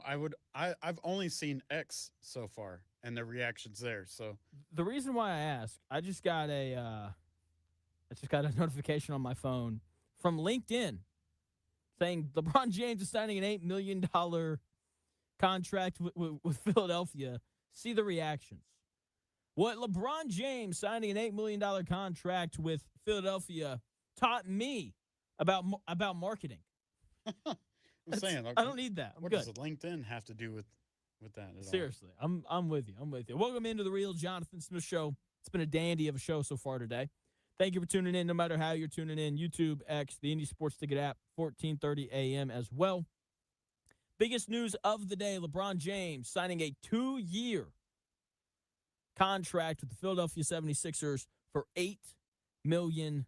LeBron James. I talked about this earlier in the week on Monday when we got the report that LeBron was down to one of 3 teams, Philly, Miami, and Cleveland. Of those 3 teams, I said that the 76ers are the team that I hoped LeBron James didn't pick, because of those 3 teams, that was the best place for him. Okay, now, we say this every year, but if Joel Embiid can stay healthy, this is probably going to be the best team in the Eastern Conference. This is certainly the best starting 5 in the NBA. Tyrese Maxey, VJ Edgecombe, Jaylen Brown, LeBron James, and then Joel Embiid. Like, that is a nasty starting 5. That's probably going to be your closing 5 in playoff games as well. They've got shooting. They can defend. They've got rim protection. And the defending thing is such a big part of this because LeBron at 40 plus just isn't like locking dudes down like he used to, The problem with this and why I don't understand the move for LeBron James is very simply that Joel Embiid is not going to stay healthy. And LeBron is betting his opportunity to win a 5th championship on the knees of Joel Embiid that haven't been healthy for the last 3 years. He won the MVP 4 years ago. It's like he went down to Georgia, met with the devil, and said, I don't play the fiddle, but if you help me win MVP over Nikola Jokic, you can have my knees for the rest of my life. That seems to have been what's happened because he's a guy that just hasn't been healthy over the last 3 years. In the 2023 season, he played 39 games. In the 2024 season, he played 19 games. Last year, he played 38 games. Only 4 times in his career has he played more than 60 games. That's it. Only 5 times in his career has he played, 6 times in his career, has he played 50 or more games. Okay, 4 years of his career, he didn't even play 40 games. So this is a guy who just cannot stay healthy. The first 2 years of his career, he didn't play because of injury. This is a dude who just cannot stay healthy, and I am confused as to why LeBron James would bet winning a 5th championship on a guy that is this injury prone. Now, the potential, if Joel Embiid can stay healthy, is insane, right? Like if Joel Embiid stays healthy through the entire playoff run, and so does LeBron and Edgecombe and Maxey and Brown, then this is a team that can absolutely win the NBA Finals. But again, the problem is Joel Embiid is not going to stay healthy. And their options at center after him aren't great. Andre Drummond was pretty solid for them this year, but he just went and signed a contract with the New York Knicks. So right now, which I'm sure that the 76ers will look to make some moves, right now you're looking at Adam Bona, Dominic Barlow, and Janai Broom as the backup centers to Joel Embiid if he gets hurt. This is a big person league. You have to have a good center. If you're going to beat the Knicks, you have to have someone who can deal with Karl Anthony Towns. If you're going to beat the Pacers, you have to have someone who's going to deal with Avicii Zubac. If you're going to beat the Spurs or the Thunder, you have to have someone who can deal with Wemby and Chet Holmgren. If you're going to beat the Pistons, you're going to have someone who can deal with Jalen Duren.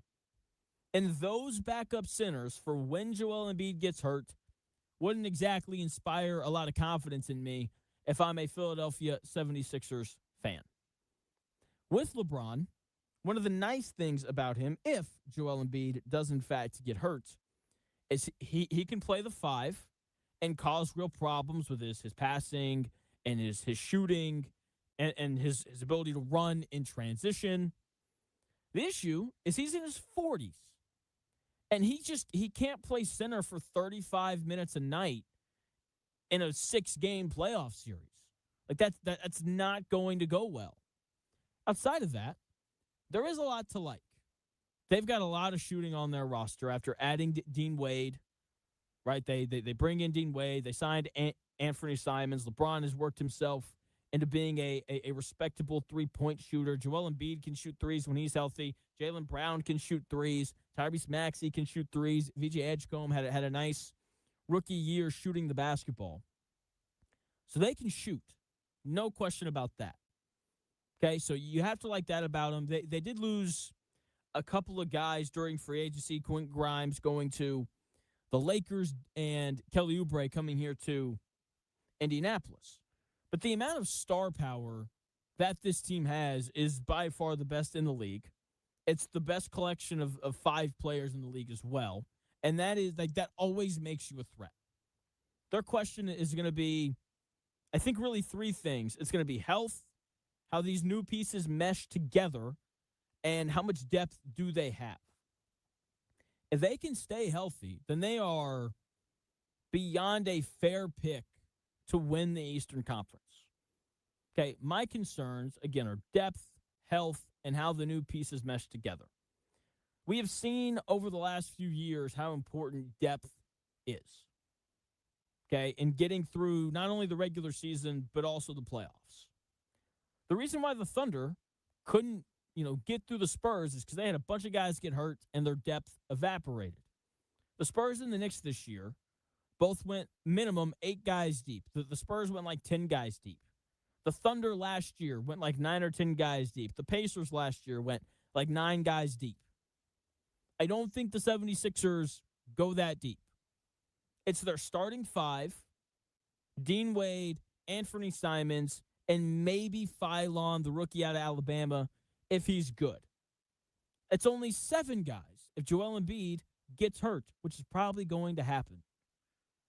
Okay, there's also a lot of guys who need to be on the ball, like Tyrese Maxey and LeBron James, need the ball for them to be at their best.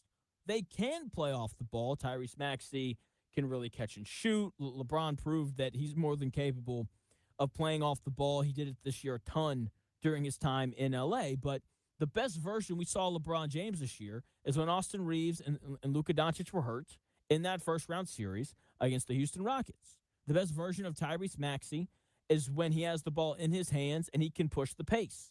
Do you know who doesn't want to push the pace? 40-something-year-old LeBron James. He's always wanted to play slow. Even when he was at his peak powers, he wants to walk the ball up the floor and pick you apart. That's not what Tyrese Maxey or Jaylen Brown are necessarily great at doing. Not saying that they can't do it, but this is going to be a new style of play that they're going to have to adapt to. Okay, when you look at Jaylen Brown, he has to have the basketball. He and Jason Tatum did a lot of taking turns during his time in Boston. It was a lot of, this is your possession, now this is my possession. And they went back and forth. Joel Embiid has to have the basketball on the block or at the free throw line in order to be the dominant player that we all know that he's more than capable of being. So I am very interested to see how Nick Nurse, who is, I think, a very good NBA coach, I am very interested to see how does he go about sharing the wealth between everybody. Now, it'll be made easier because Joel Embiid is going to play like 30 games. LeBron, I think, is going to play somewhere between 50 and 55 games. So in the 30-ish games where those 2 guys don't play, hey, Maxey, Brown, have at it. Right? You guys go do your thing. Okay, so I'm not convinced that this is the team that's going to win the Eastern Conference like everybody now thinks just because they're super loaded at the top. I think it's a bit overreactionary because, like, in addition to Joel Embiid getting hurt, LeBron's in his 40s. If he got hurt, that would not be surprising at all. As good a job as he does of taking care of himself If he got hurt, wouldn't be surprising at all. So there's a lot of questions around injuries that are completely and totally fair. I think there's real questions around the depth outside of the starting five. And these are all very important things. So we'll see how it goes. With that being said, LeBron James, very smart guy, smarter than I am, right? There's probably something in this mix that I'm not thinking about.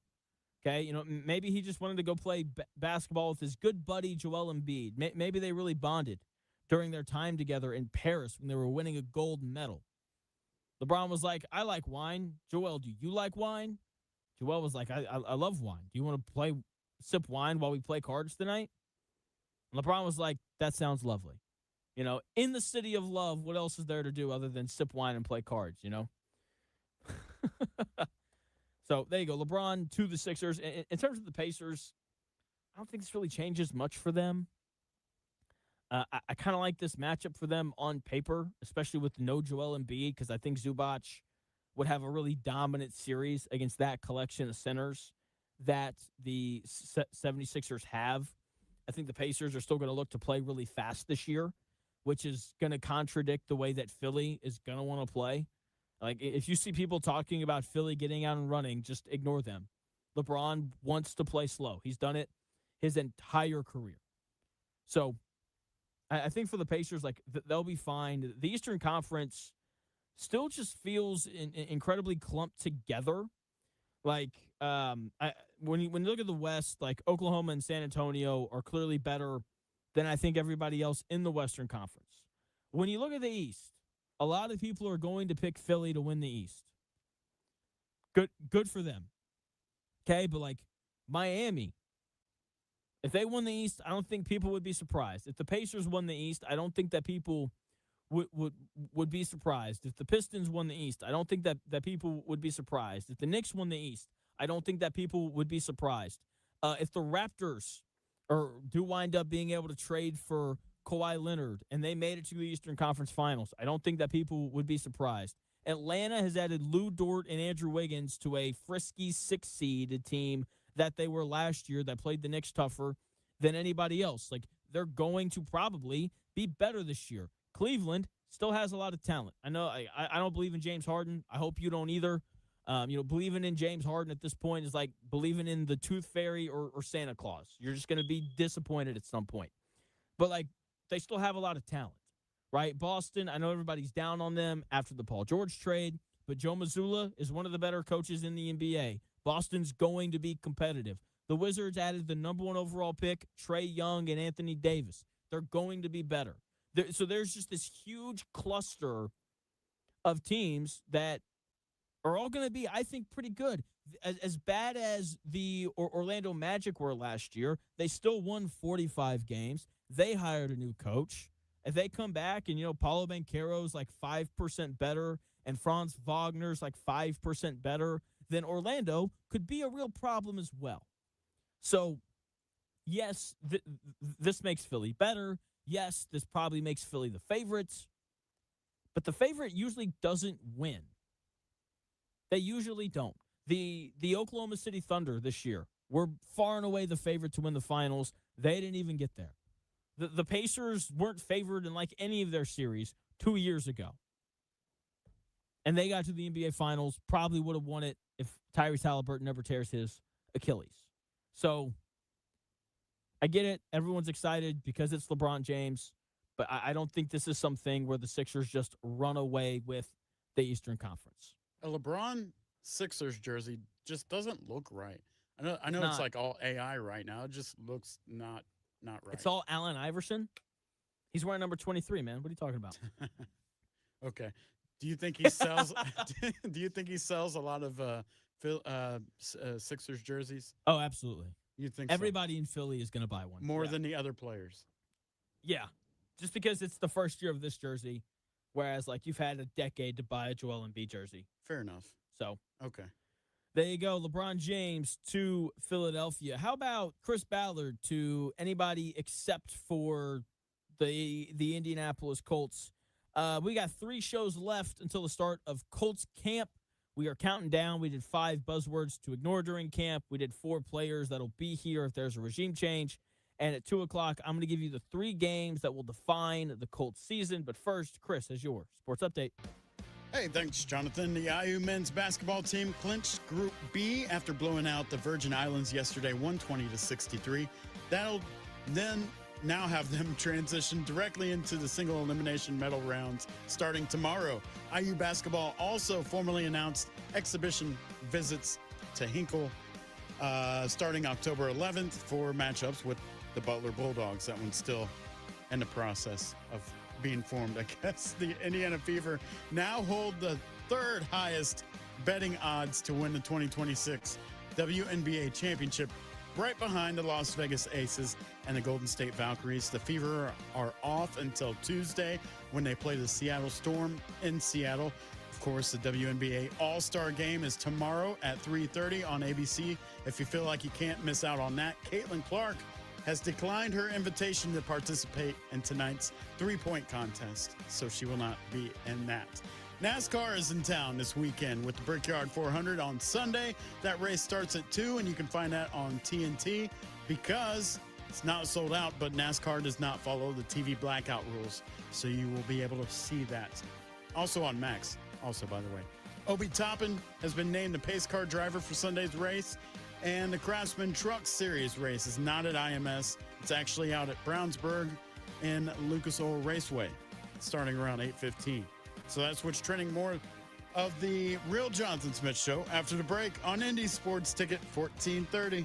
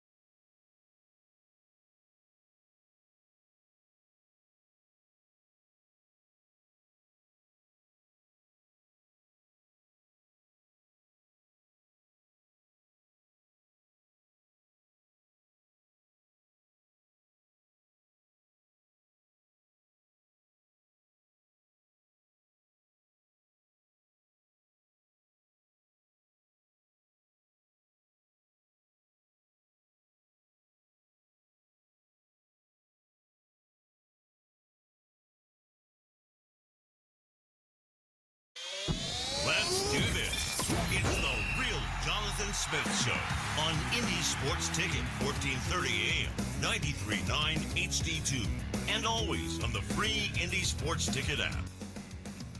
Hour number 3 of the real Jonathan Smith Show getting underway on a beautiful, beautiful Friday. Chris, we got karaoke tonight. We got karaoke tomorrow night. You said you have a cookout. Gonna watch the Brickyard. Yeah. You're going to watch the Brickyard, too. You're gonna watch the Brickyard. So you're gonna watch the WNBA All-Star Game? I see what you did there.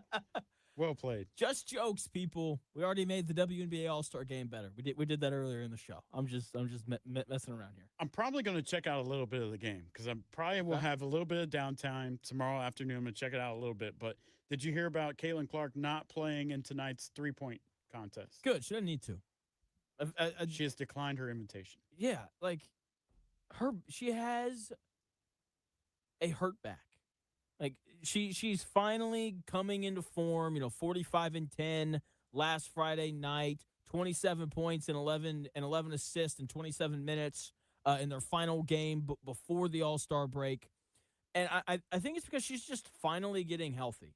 Like I don't think she needs to participate in anything this weekend. Like go on vacation with your boyfriend, chill, do nothing, rest, relax. Let's come back from the All-Star break ready to go. And let's go on a bit of a run, which they're already on. They won 5 of their last 6, some of them in pretty dominant fashion. So it feels like they're turning a corner. And I think the last thing that Caitlin Clark or the Indiana Fever or Indiana Fever fans should want is for her to have any sort of a setback because she crossed over some other gal and she didn't like it, Yeah. USA Today, you were talking a little bit about that. It's another stupid little story. Did you see she skipped the they didn't apologize? Right. Have you seen? Please tell me that you saw what Nancy Armour tweeted. What? Have you seen her Since statement? then? Yeah. No. She basically came out and she basically said, "I'm sorry you didn't like my analogy, but it's still true." Wow. And what? then USA Today came out, and if you go to USA Today's website and you look at the article, it has the title, and then it says opinion, and they were like, "It says opinion. What do you want us to do?" Wow. Which, hey, man, look, if you have a take, stand on it. I guess good for you. Couldn't be us here, but that's fine. That's crazy. It is crazy. It is crazy. All right. We are 3 shows away from the start of Colts training camp. I can't wait to hear Shane Steichen whisper sweet nothings into the microphone. Nothing, but yeah, we had a good practice today. How'd you think Anthony Richardson played? I'm just glad he's back out there with the guys. What about Riley Leonard? You see the way he was layering footballs into those tight windows? Incredible stuff from the former sixth round pick. So, we can all overreact to videos of Daniel Jones moving. It'll be great. Can't wait. So, getting ready for camp, we are doing a countdown 5 days before camp. We did the 5 buzzwords to ignore during training camp. 4 shows before the start of camp, we did the 4 players that will absolutely be Colts for the long haul, no matter what happens to Chris Ballard at the end of the season. Today, I want to do what I think are the 3 games on the Colts schedule that will define their season. So basically the 3 most important games. I believe that if the Colts go 3-0 in these games, there's a decent chance that they make the playoffs. So let's start with week 4. They are on the road. They're in London. And there's a decent chance that they go into this game sitting at 0-3 with losses to the Ravens, Chiefs, and Texans. Maybe they're 1-2. We'll see. With a 17-game schedule and nearly half of the teams in the NFL making the playoffs, 14 of the 32, it is possible that the Colts can overcome an 0-3 start, but they will absolutely not overcome an 0-4 start. Starting 0-4 in the NFL is like accidentally hitting reply all on a company-wide email. It's like technically you can survive it, but no one's going to forget that or forgive you because that's just annoying. Okay, the damage is done, whatever. That is what starting 0-4 in the NFL is like. That's why their game against the Commanders is such a big deal. It'll feel like they're playing for their season a month into it. A loss in London that week is basically the death of their playoff hopes. Okay, if they start 0-3, which I think is very possible. The good news is London games are weird. A London NFL game is like a midnight run to Waffle House. You're bleary-eyed, confused, and anything can happen. You can walk in, and there's just like a brawl going on inside of the Waffle House. It's not out of the question. Okay, anyone can win in London. We see it happen all the time. The travel makes it tough. The jet lag makes it tough. And there are clearly teams that play games over there, and they show up not wanting to be there. They're like, man, I don't want to play in London, dude. I don't want to play where these Tottenham Spur losers play. I don't want to do that. Okay, and hopefully that's how the Washington Commanders will feel that week, because the Indianapolis Colts will have the lesser quarterback in that game between Jaden Daniels and Daniel Jones. Okay, so that is the first big game on the Colts schedule this season. Next is at the Jacksonville Jaguars in Week 8. That will mark the halfway point of the season, and they will try again to snap their losing streak in Jacksonville. They haven't won there since 2014, which means that the last time that the Jacksonville Jaguars lost to the Colts in Jacksonville, I was a freshman in high school doing probably something really cringy, because that's what freshmen in high school do. Trying to win in Jacksonville for the Indianapolis Colts has become like trying to touch a hot stove. It's like every single year, the Colts convince themselves that it'll be different. This year, we're 9-7, whatever the Colts record was when they had Carson Wentz. If we win this game, we go to the playoffs. If the Jaguars lose this game, they get the number 1 overall pick. And the Colts lost anyway. A couple of years ago, we got Joe Flacco. It's going to be different this time. Every year the Colts convince themselves that it'll be different, and then they walk away with a third-degree burn once again. And it ends up stinging the Colts for the rest of the season. And that could very well happen again this year. That is the start of a 5-game stretch for the Colts, with some games that they will absolutely need to win if they want to make the playoffs. They should beat the Dolphins and the Giants in that stretch, but they also play the Cowboys and the Texans. Those games are tougher, but they can definitely win those. That game against Jacksonville being a win makes that stretch much more successful. If they lose that game, there's a chance that they enter their next 4 winnable games with a record of 3-5, whereas 4-4 would just be a lot better. I don't know what it is, but something about being 3-5 sounds significantly worse than 4-4. Because if you go into it 4-4 and you go 3-1, then you're coming out of the other side of that stretch at 7-5. Worst comes to worst, you go 2-2. You lose to Houston and Dallas. You beat the Giants and the Dolphins, and you're 6-6 with 5 games to go. Balls in your court. Your playoff chances are good. But that's only possible, I think, if the Colts can find a way to snap that losing streak in Jacksonville this year. Because I just, sure, maybe they find a way to beat Kansas City, Baltimore, and Houston in the first 3 weeks of the season. That would obviously shift this. But I think winning in Jacksonville is much more likely than them, starting the year 2-1 or 3-0. Final game of the year that I think will really have a large say in how the Colts season turns out. At the Eagles in Week 13. They have several winnable games down the stretch. It's the Bengals and the Browns. They close the year with Jacksonville at home.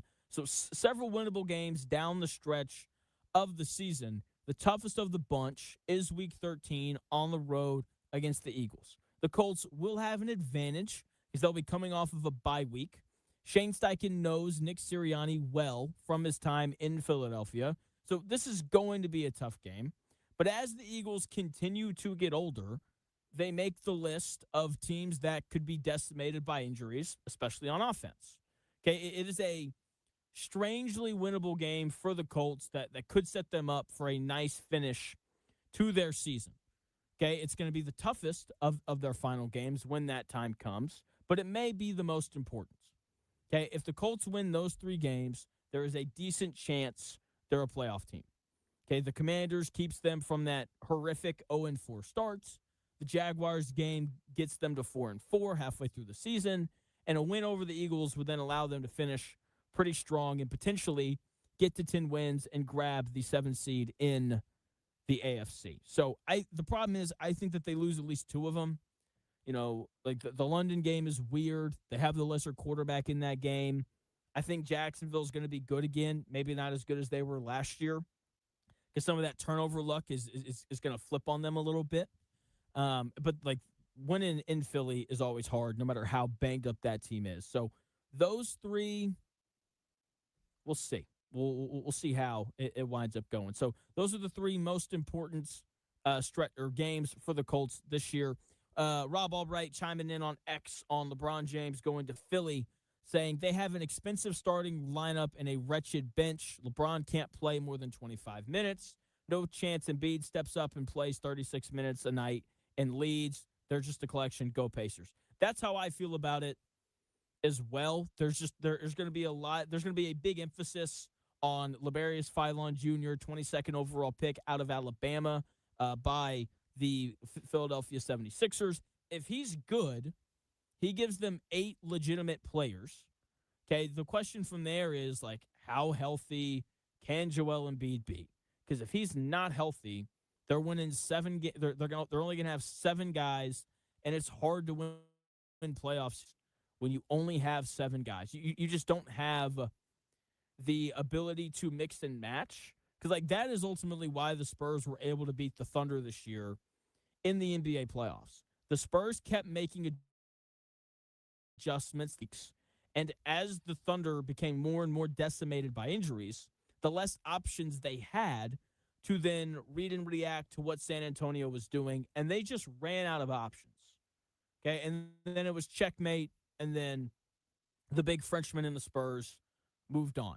Like, if you don't have 8 players to play in a playoff series, it's really hard to win playoff games. And if Philon works out, maybe the Sixers have 8. At that point, you have to hope that Joel Embiid stays healthy. If not, you're down to 7 guys. Let's be honest, Joel Embiid not going to be healthy, so they're going to be down to 6. And if you only have 6 guys who can play in a playoff series, then you're in trouble, and you're not going to win games that you think that you should win. So that is what I'm expecting from Philly. Those are the 3 most important games for the Indianapolis Colts this year: Philly, Washington, and at Jacksonville, Week 8. We'll see if they can snap that streak or not. So I'm trying to be a little more positive. Okay, Chris, am I doing a good job today? Yeah, man. Solid. Thank you. We've had this conversation before. I think it was like 2 weeks ago, 2 or 3 weeks ago, we were talking about how negative you are, but you're turning the corner, We're getting man. there. Look at you. We're trying. I'm trying. So whenever you think about an NFL team's upcoming season, your mind jumps to all sorts of different predictions. Like, let's look at the Indianapolis Colts. Are they going to win 8 games? Are they going to win 9 games? Or are they going to win 5? So many different opportunities and scenarios for the Indianapolis Colts this year. So last night I was sitting down. I've got the best case scenario for the Colts, the worst case scenario for the Colts, and the weirdest case scenario for the Colts this season. I will get those to you in 4 minutes. We'll also get to the caller on the line in 4 minutes as well.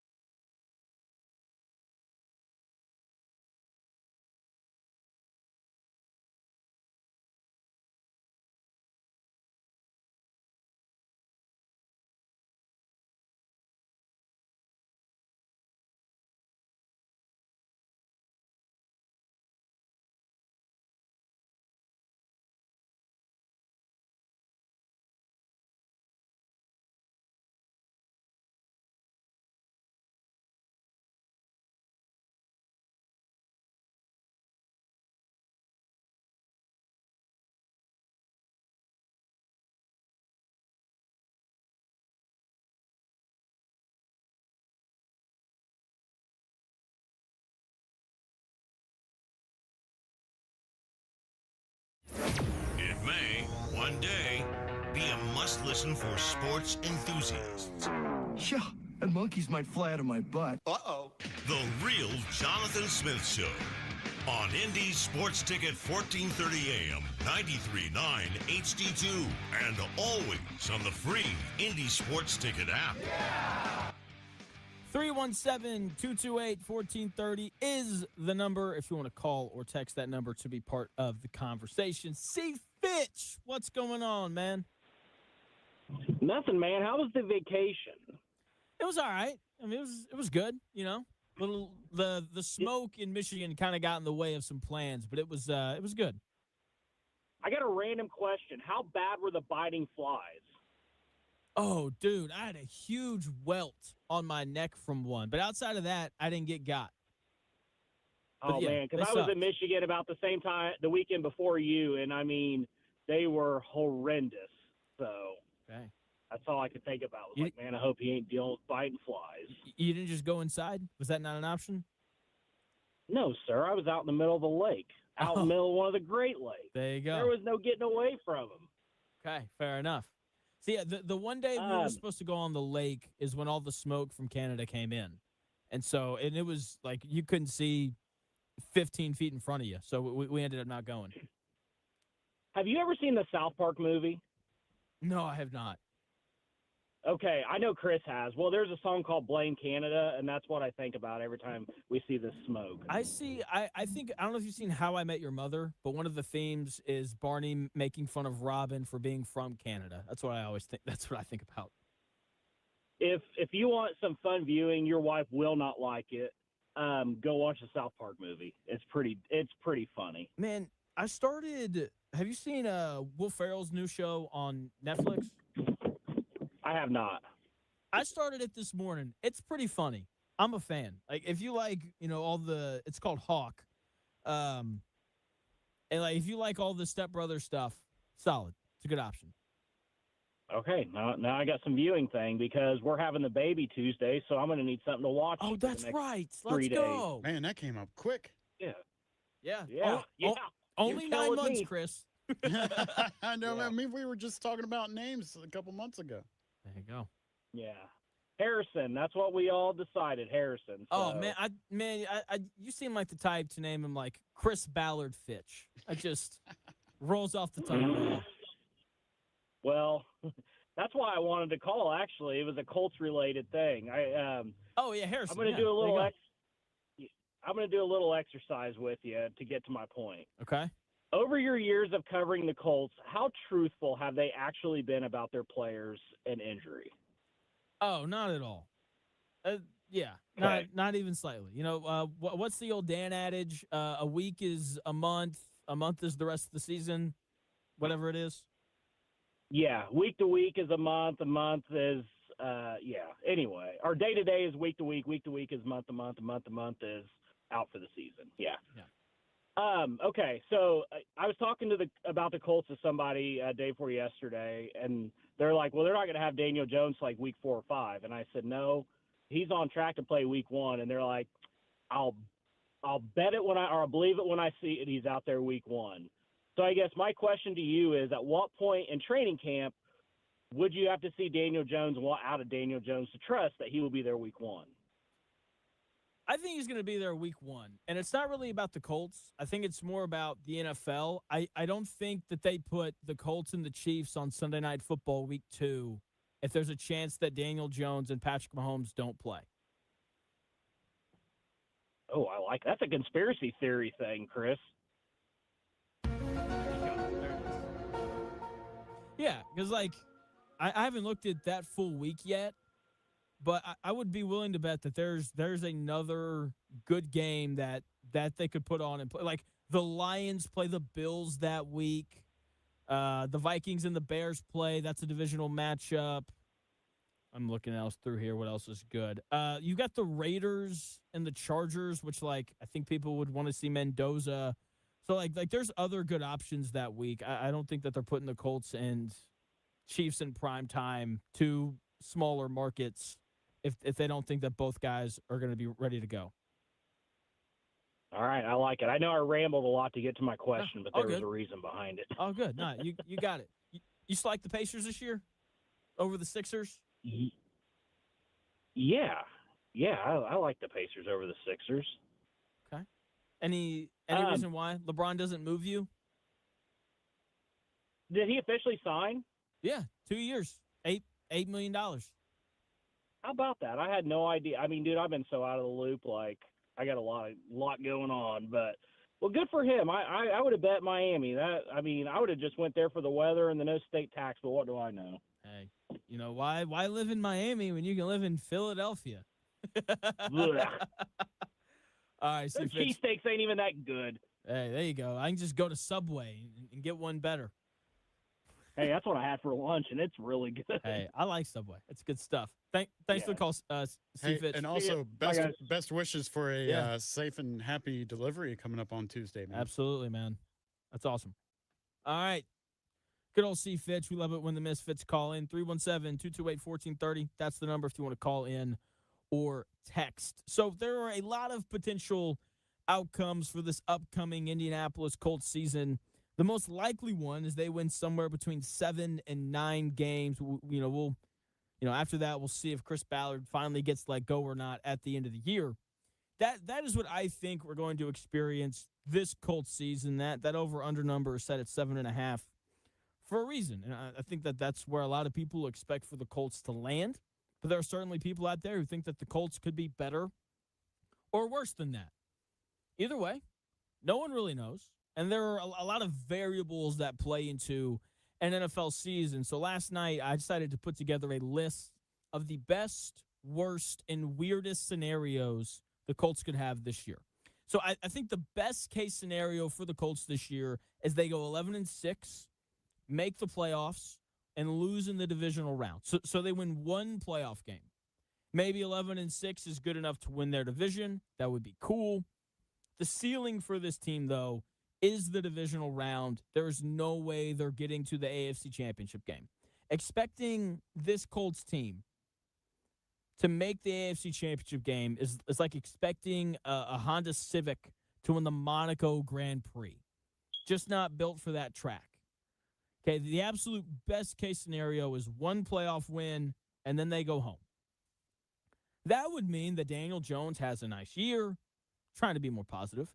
And this is possible, right? A lot of things would have to go right, but it is possible. The biggest thing for the Colts and Daniel Jones this year is obviously the rehab. Can he move? Can he evade pressure? Because last year, when we saw Daniel Jones with a clean pocket, he's a good NFL quarterback.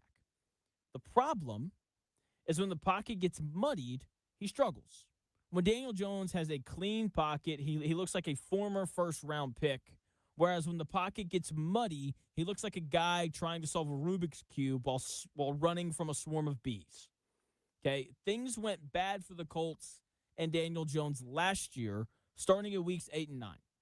Okay, here is his pressure to sack rate by week. So week 1, it was 12.5%. Week 2, 5.9%. Week 3, 0%. Week 4, 11.1%. Week 5, 0%. Week 6, 9.1%, and then week 7, 6.3%. That's incredible. That is impressive. The lack of pressure and the lack of sacks that Daniel Jones took last year. When Daniel Jones was able to stay away from pressure, he was a good quarterback. The Colts went 6-1 through the first 7 weeks of last season. Their only loss coming on the road against the Rams, where A.D. Mitchell fumbled the football on the goal line. We'll ignore the 2 interceptions that Daniel Jones threw in that game because, trying to be a little more positive. Then weeks through 18, something changed, and that pressure to sack percentage jumped up to around 20% combined across all 5 of those games. And that's where things went bad for the Colts. The wheels didn't just fall off, like the whole axle snapped in half. Okay, that's where you have his 3-interception game against the Steelers, where he posted a QBR of 12. His rough London game against the Falcons came in that stretch. He posted a QBR of 28 in that game. The game against the Chiefs, where the offense completely fell apart in the second half, came in that stretch, and they went on to lose in overtime. The game against the Texans, where he only completed 51% of his passes, came during that stretch. After week 7, the pressure started to get to Daniel Jones, and he fell off significantly. And in order for the Colts to be a playoff team this year, either the pressure can never get to Daniel Jones, or somehow, after 7 years of struggling against pressure, because that has been a theme throughout his time, or that was a theme throughout his time in New York as well. So after 7 years of struggling against pressure, all that has to randomly go away. Let's just be honest. Hoping a 7-year veteran learns to navigate pressure for the first time in his career in year 8, it's like hoping your 10-year-old golden retriever suddenly learns to speak conversational French. It's just not going to happen. Okay, you know, what's the old saying? You can't teach an old dog new tricks, right? Same thing applies here. So this goes back to the offensive line and his mobility. Can he move away from the pressure? Can they keep him clean? Can they get to 3rd and 2 so you don't have to worry about teams bringing blitzes and pass rushers throwing their best pass rush moves? Can the offensive line stay healthy enough throughout the season to keep him clean?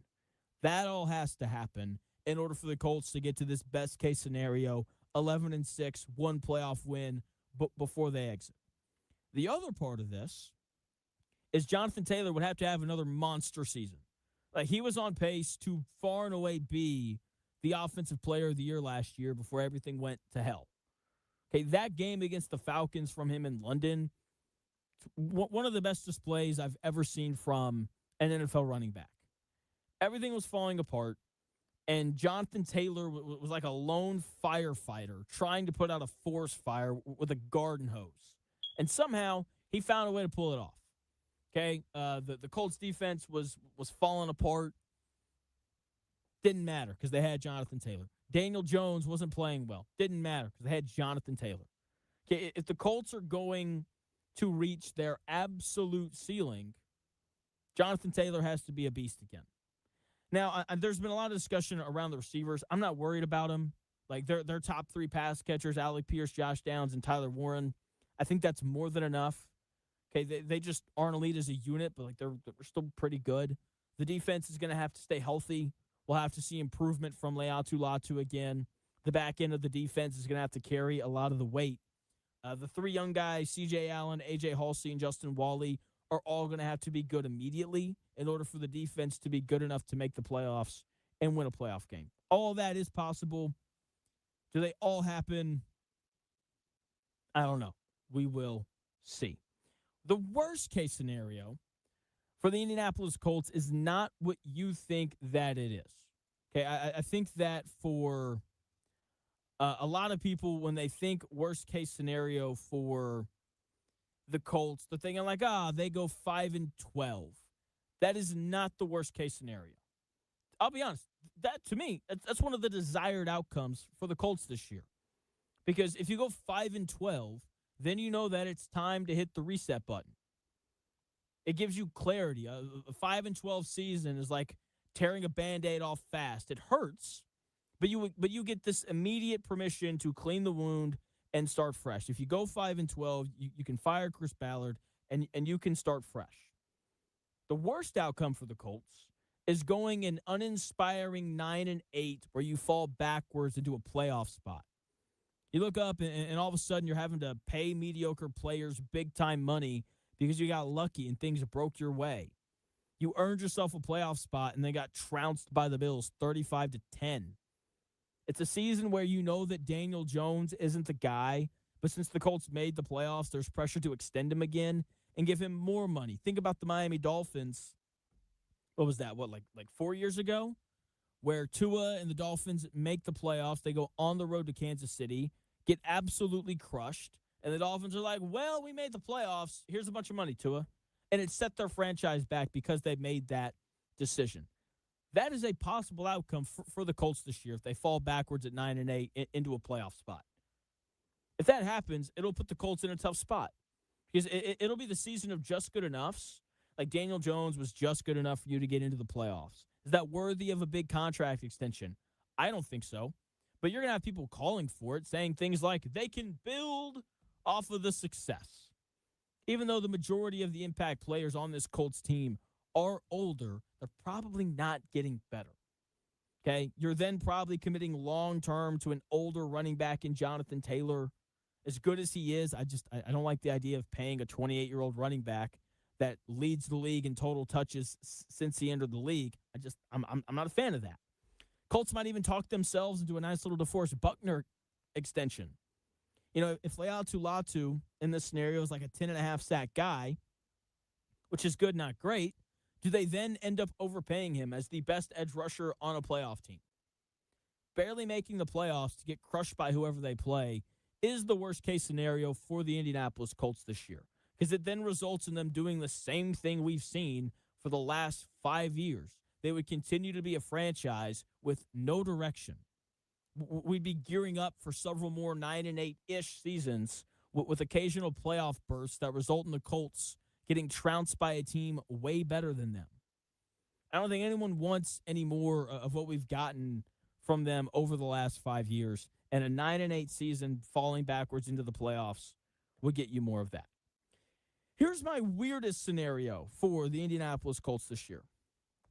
The Colts get off to a bad start. They start 0-8. They pull the plug early, and they decide to fire everyone. Chris Ballard, Shane Steichen, Clear House, Jim Bob Cooter, love the name, but you're gone. They fire everyone.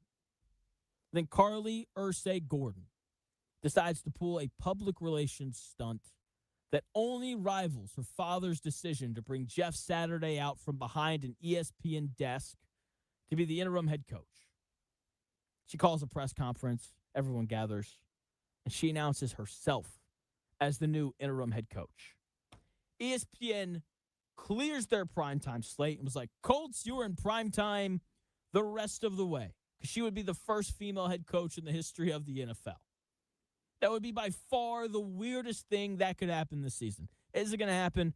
Probably not, because things would have to go pretty terribly in order for that to happen. The Colts would have to start, again, like 0-8. It'd have to be a dire situation. Carly Ursay Gordon doesn't seem like the kind of owner that wants to fire a coach in the middle of the year. That being said, we don't know much about her. She did allow Chris Ballard just to come back for another season, so I don't think that she's one who rushes to judgment. And it does seem like she understands how good of a head coach Shane Steichen is. She had a quote earlier in the offseason saying that just because you fire the GM doesn't necessarily mean that you have to fire the head coach. So maybe I'm reading into that a little bit too much, but I do think she understands how good of a head coach Shane Steichen is. So in order for this to happen, you'd have to have a complete 180 in her thinking for this to occur. That's why it would be the weirdest outcome that could happen to the Indianapolis Colts this year. It would be bizarre, but I think it'd be fascinating if she made herself the head coach. I'd be like, you know what? We suck, but I'm tuning in every single week to see how this new experiment goes. So I would watch it, but it would be absolute chaos. oh, it'd be terrible. Like, I don't even. The Colts would go on to be the most talked about 0-8 team ever if that happened. You want to know something crazy and random? Sure. TMZ just reported that Tony Romo has been arrested for OWI in Milwaukee. Oh, who? Tony Romo.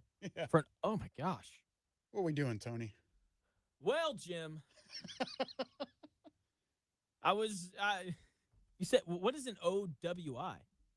I'm sure it's similar to a DUI, operating while intoxicated, I believe is OWI. Oh, look at you, operating while intoxicated. Look, Jim. Well, Jim. You know, I was at the casino and playing some poker and some blackjack, and I just had a couple too many to drink. And, well, Jim. I like Tony Romo's play-by-play. He's fun to listen to. I used to like him. I find him a little annoying now, but that is the natural cycle of being a broadcaster. You show up, everyone's like, this guy's great. And then 3 years later, like, this guy's terrible. It's just the way it goes. So, and I don't even think it's that. I think people just get tired of hearing the same people. Unless you're, but like no one likes Chris Collinsworth, even though I like Chris Collinsworth. I think he does a good job. I can't do it, See? man. Patrick Mahomes. Here's a guy. Oh, here's a guy. Like, I got to mute Sunday Night Football because of that guy. Especially when the Chiefs. Here's a guy, Josh Allen, just making 7 players miss. What a stud. I'd let him marry my daughter. What a guy. Can't stand Collinsworth, man. Oh, man. All right. Can't stand Chris Collinsworth. I like him. I think he's fun. Anyway, Indiana basketball played last night against the Virgin Islands. A young freshman. I don't think I need young in front of the word freshman there, because obviously they're a freshman. That means that they're young. A freshman wing, really impressed. I'll tell you who it is. I'll tell you how much better the broadcast was compared to their game against Peru as well in 3 minutes.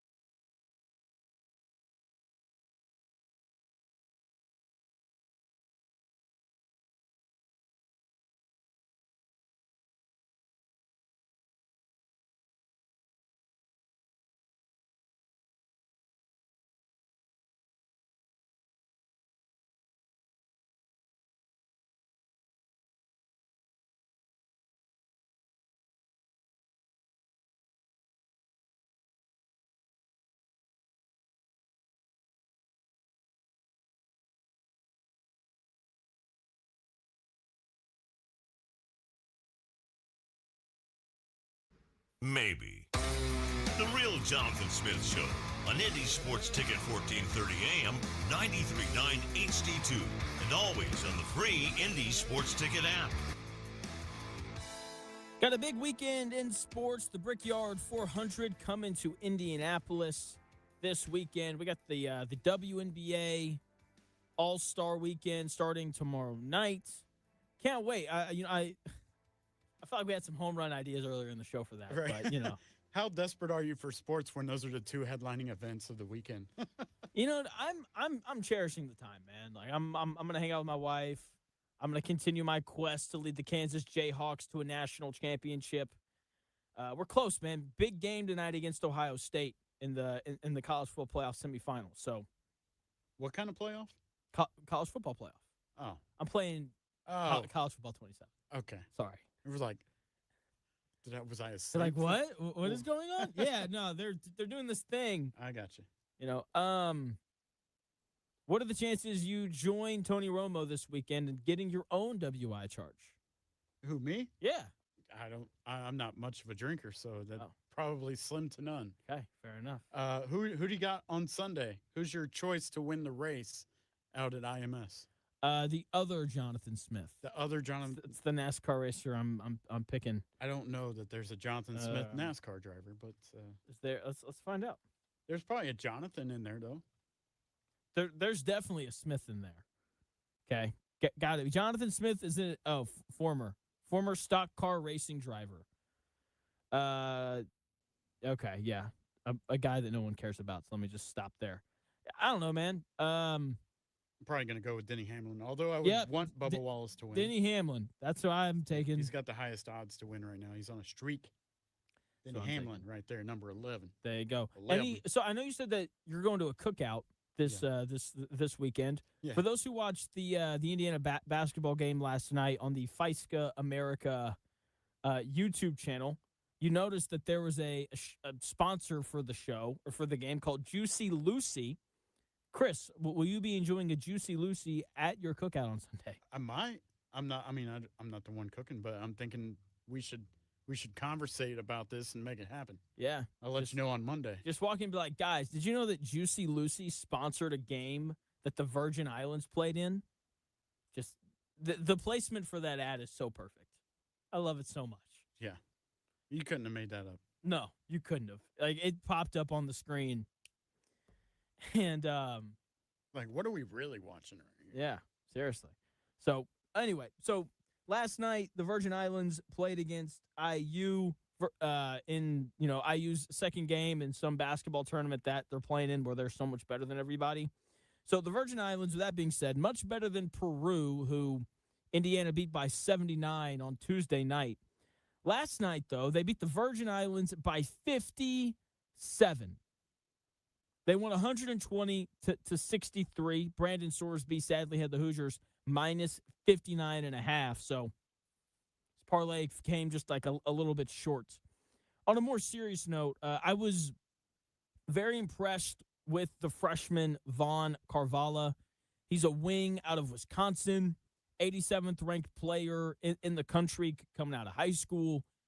I thought he was great. I thought he was the most impressive player for IU last night. He shot the ball really well. He has a really good feel, I think, for off-ball spacing. I thought he just did a good job of moving to open space. And, I know that doesn't seem like a hard thing to do, but it's amazing how many young college basketball players just get in the way of the offense.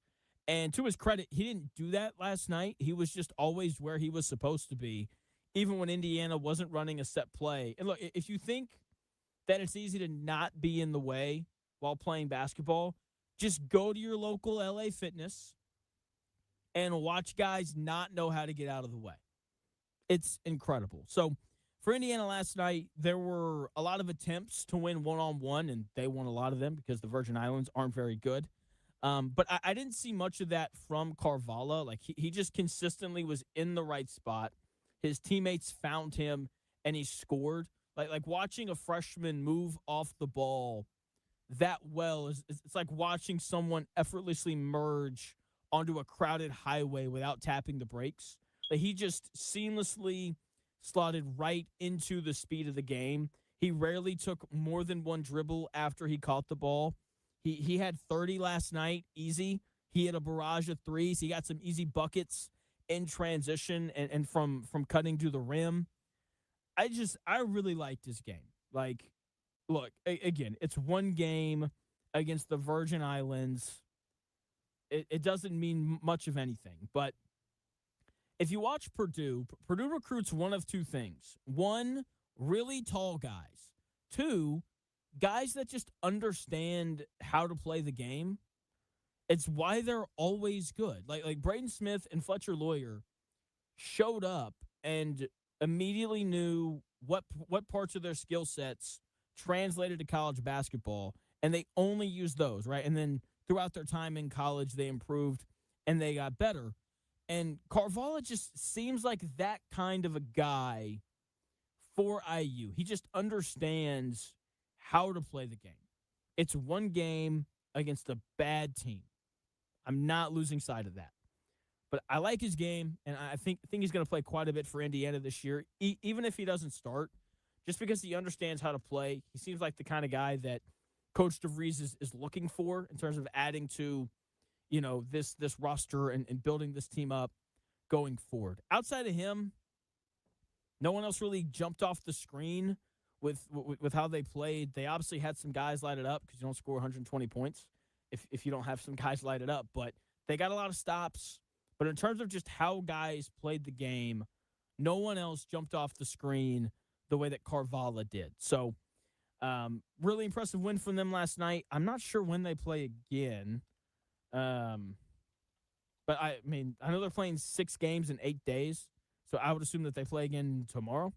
But we will we will see. So great stuff from them last night. Great show today. So much fun. So much fun. So, all right, Chris, what did we learn today on the Real All right, Jonathan class, Smith Show? what did we learn today? Sorry, the wife cut you off there. She did, man. She did. That's okay. You're like, She's allowed to do that. That's enough of you. All right. Today has been the Juicy Lucy edition of the Real Jonathan Smith Show, of course. Absolutely. We learned that a Juicy Lucy is the name of a hamburger and not a strip club. I didn't know if you know this or not, but I don't remember if we brought it up, but Walgreens has discounted Team USA soccer shirts for like almost $1 if you want to stop in Walgreens and get you some Team USA gear. There you go. They are done with Team USA. Like, get this off of our shelves. $1, crazy. Yeah. Continuing on, what else we learned today? We learned that Bronny's dad basically just left for Philly to get milk, and he's not coming back. Oh, wow. To be fair, it was the most LeBron thing ever when the Lakers are like, we're going to fully guarantee Bronny James's contract, and then he left the next day. Yeah. He was like, yeah, congratulations, son. $3 million for you. See you later. Bronny James Dio. We learned that LeBron James signing with the Sixers does not really drastically change our opinion about the Pacers' chances in the East next season. No. That's a serious one there. We learned that Jonathan is fond of Japanese fish that clean your feet, and this is the second day in a row that he's brought up feet, just for the record. You're right. We talked about Feet Finder yesterday. You're right. We learned that there's a good chance that Nancy Armour won't have a job next week. She'll absolutely have a job. USA Today You being think so? like, yeah. Them coming out and being like, the piece says opinion. What do you want us to do about it? Yeah, and I guess they're enjoying all the attention as well. Oh, Yeah, absolutely. I guess. All right. We learned that if things get real bad, there's a slim chance, but Carly Ursay Gordon could be the Colts' next head coach sometime this upcoming season instead of making a Spotify playlist for Shane Steichen. Oh, that's crazy. Right? That's good. All right. We learned that Jonathan should be in charge of planning WNBA All-Star Weekend. I should, man. And that a foul contest would be interesting feature in that All-Star events. Anything else you want to add to that?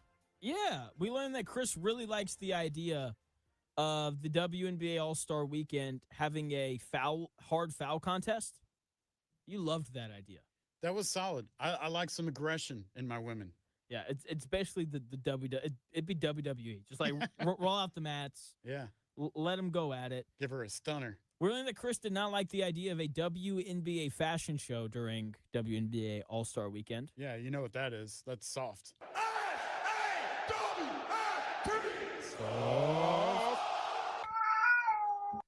We learned that the Brickyard 400 could also be the nickname for the WNBA All-Star Game. Yes, that is correct. That is correct. Good call on that. Good call. We learned that one. We learned that Nancy Armour should have to host a Charlie Kirk-styled event where she sits under a tent and allows Caitlin Clark fans to ask her whatever questions they want. Yeah, you love that one. That would do numbers, man. That's one of the best ideas I think I've ever had. Yeah. solid. I would tune in for that whole thing. I think it'd be fascinating. For sure. So that is what we learned today on The Real Jonathan Smith Show. Thank you so much for tuning in. If you want to do me a favor, go over to YouTube, search for Indy Sports Ticket, subscribe. That always helps us out whenever you do that. We're really trying to build up that YouTube, so head over there and subscribe. A great week of shows. We'll be back on Monday, getting you ready for Colts camp, because Colts camp starts on Wednesday, so make sure you're tuned in Monday at noon. We will talk to you then. See ya.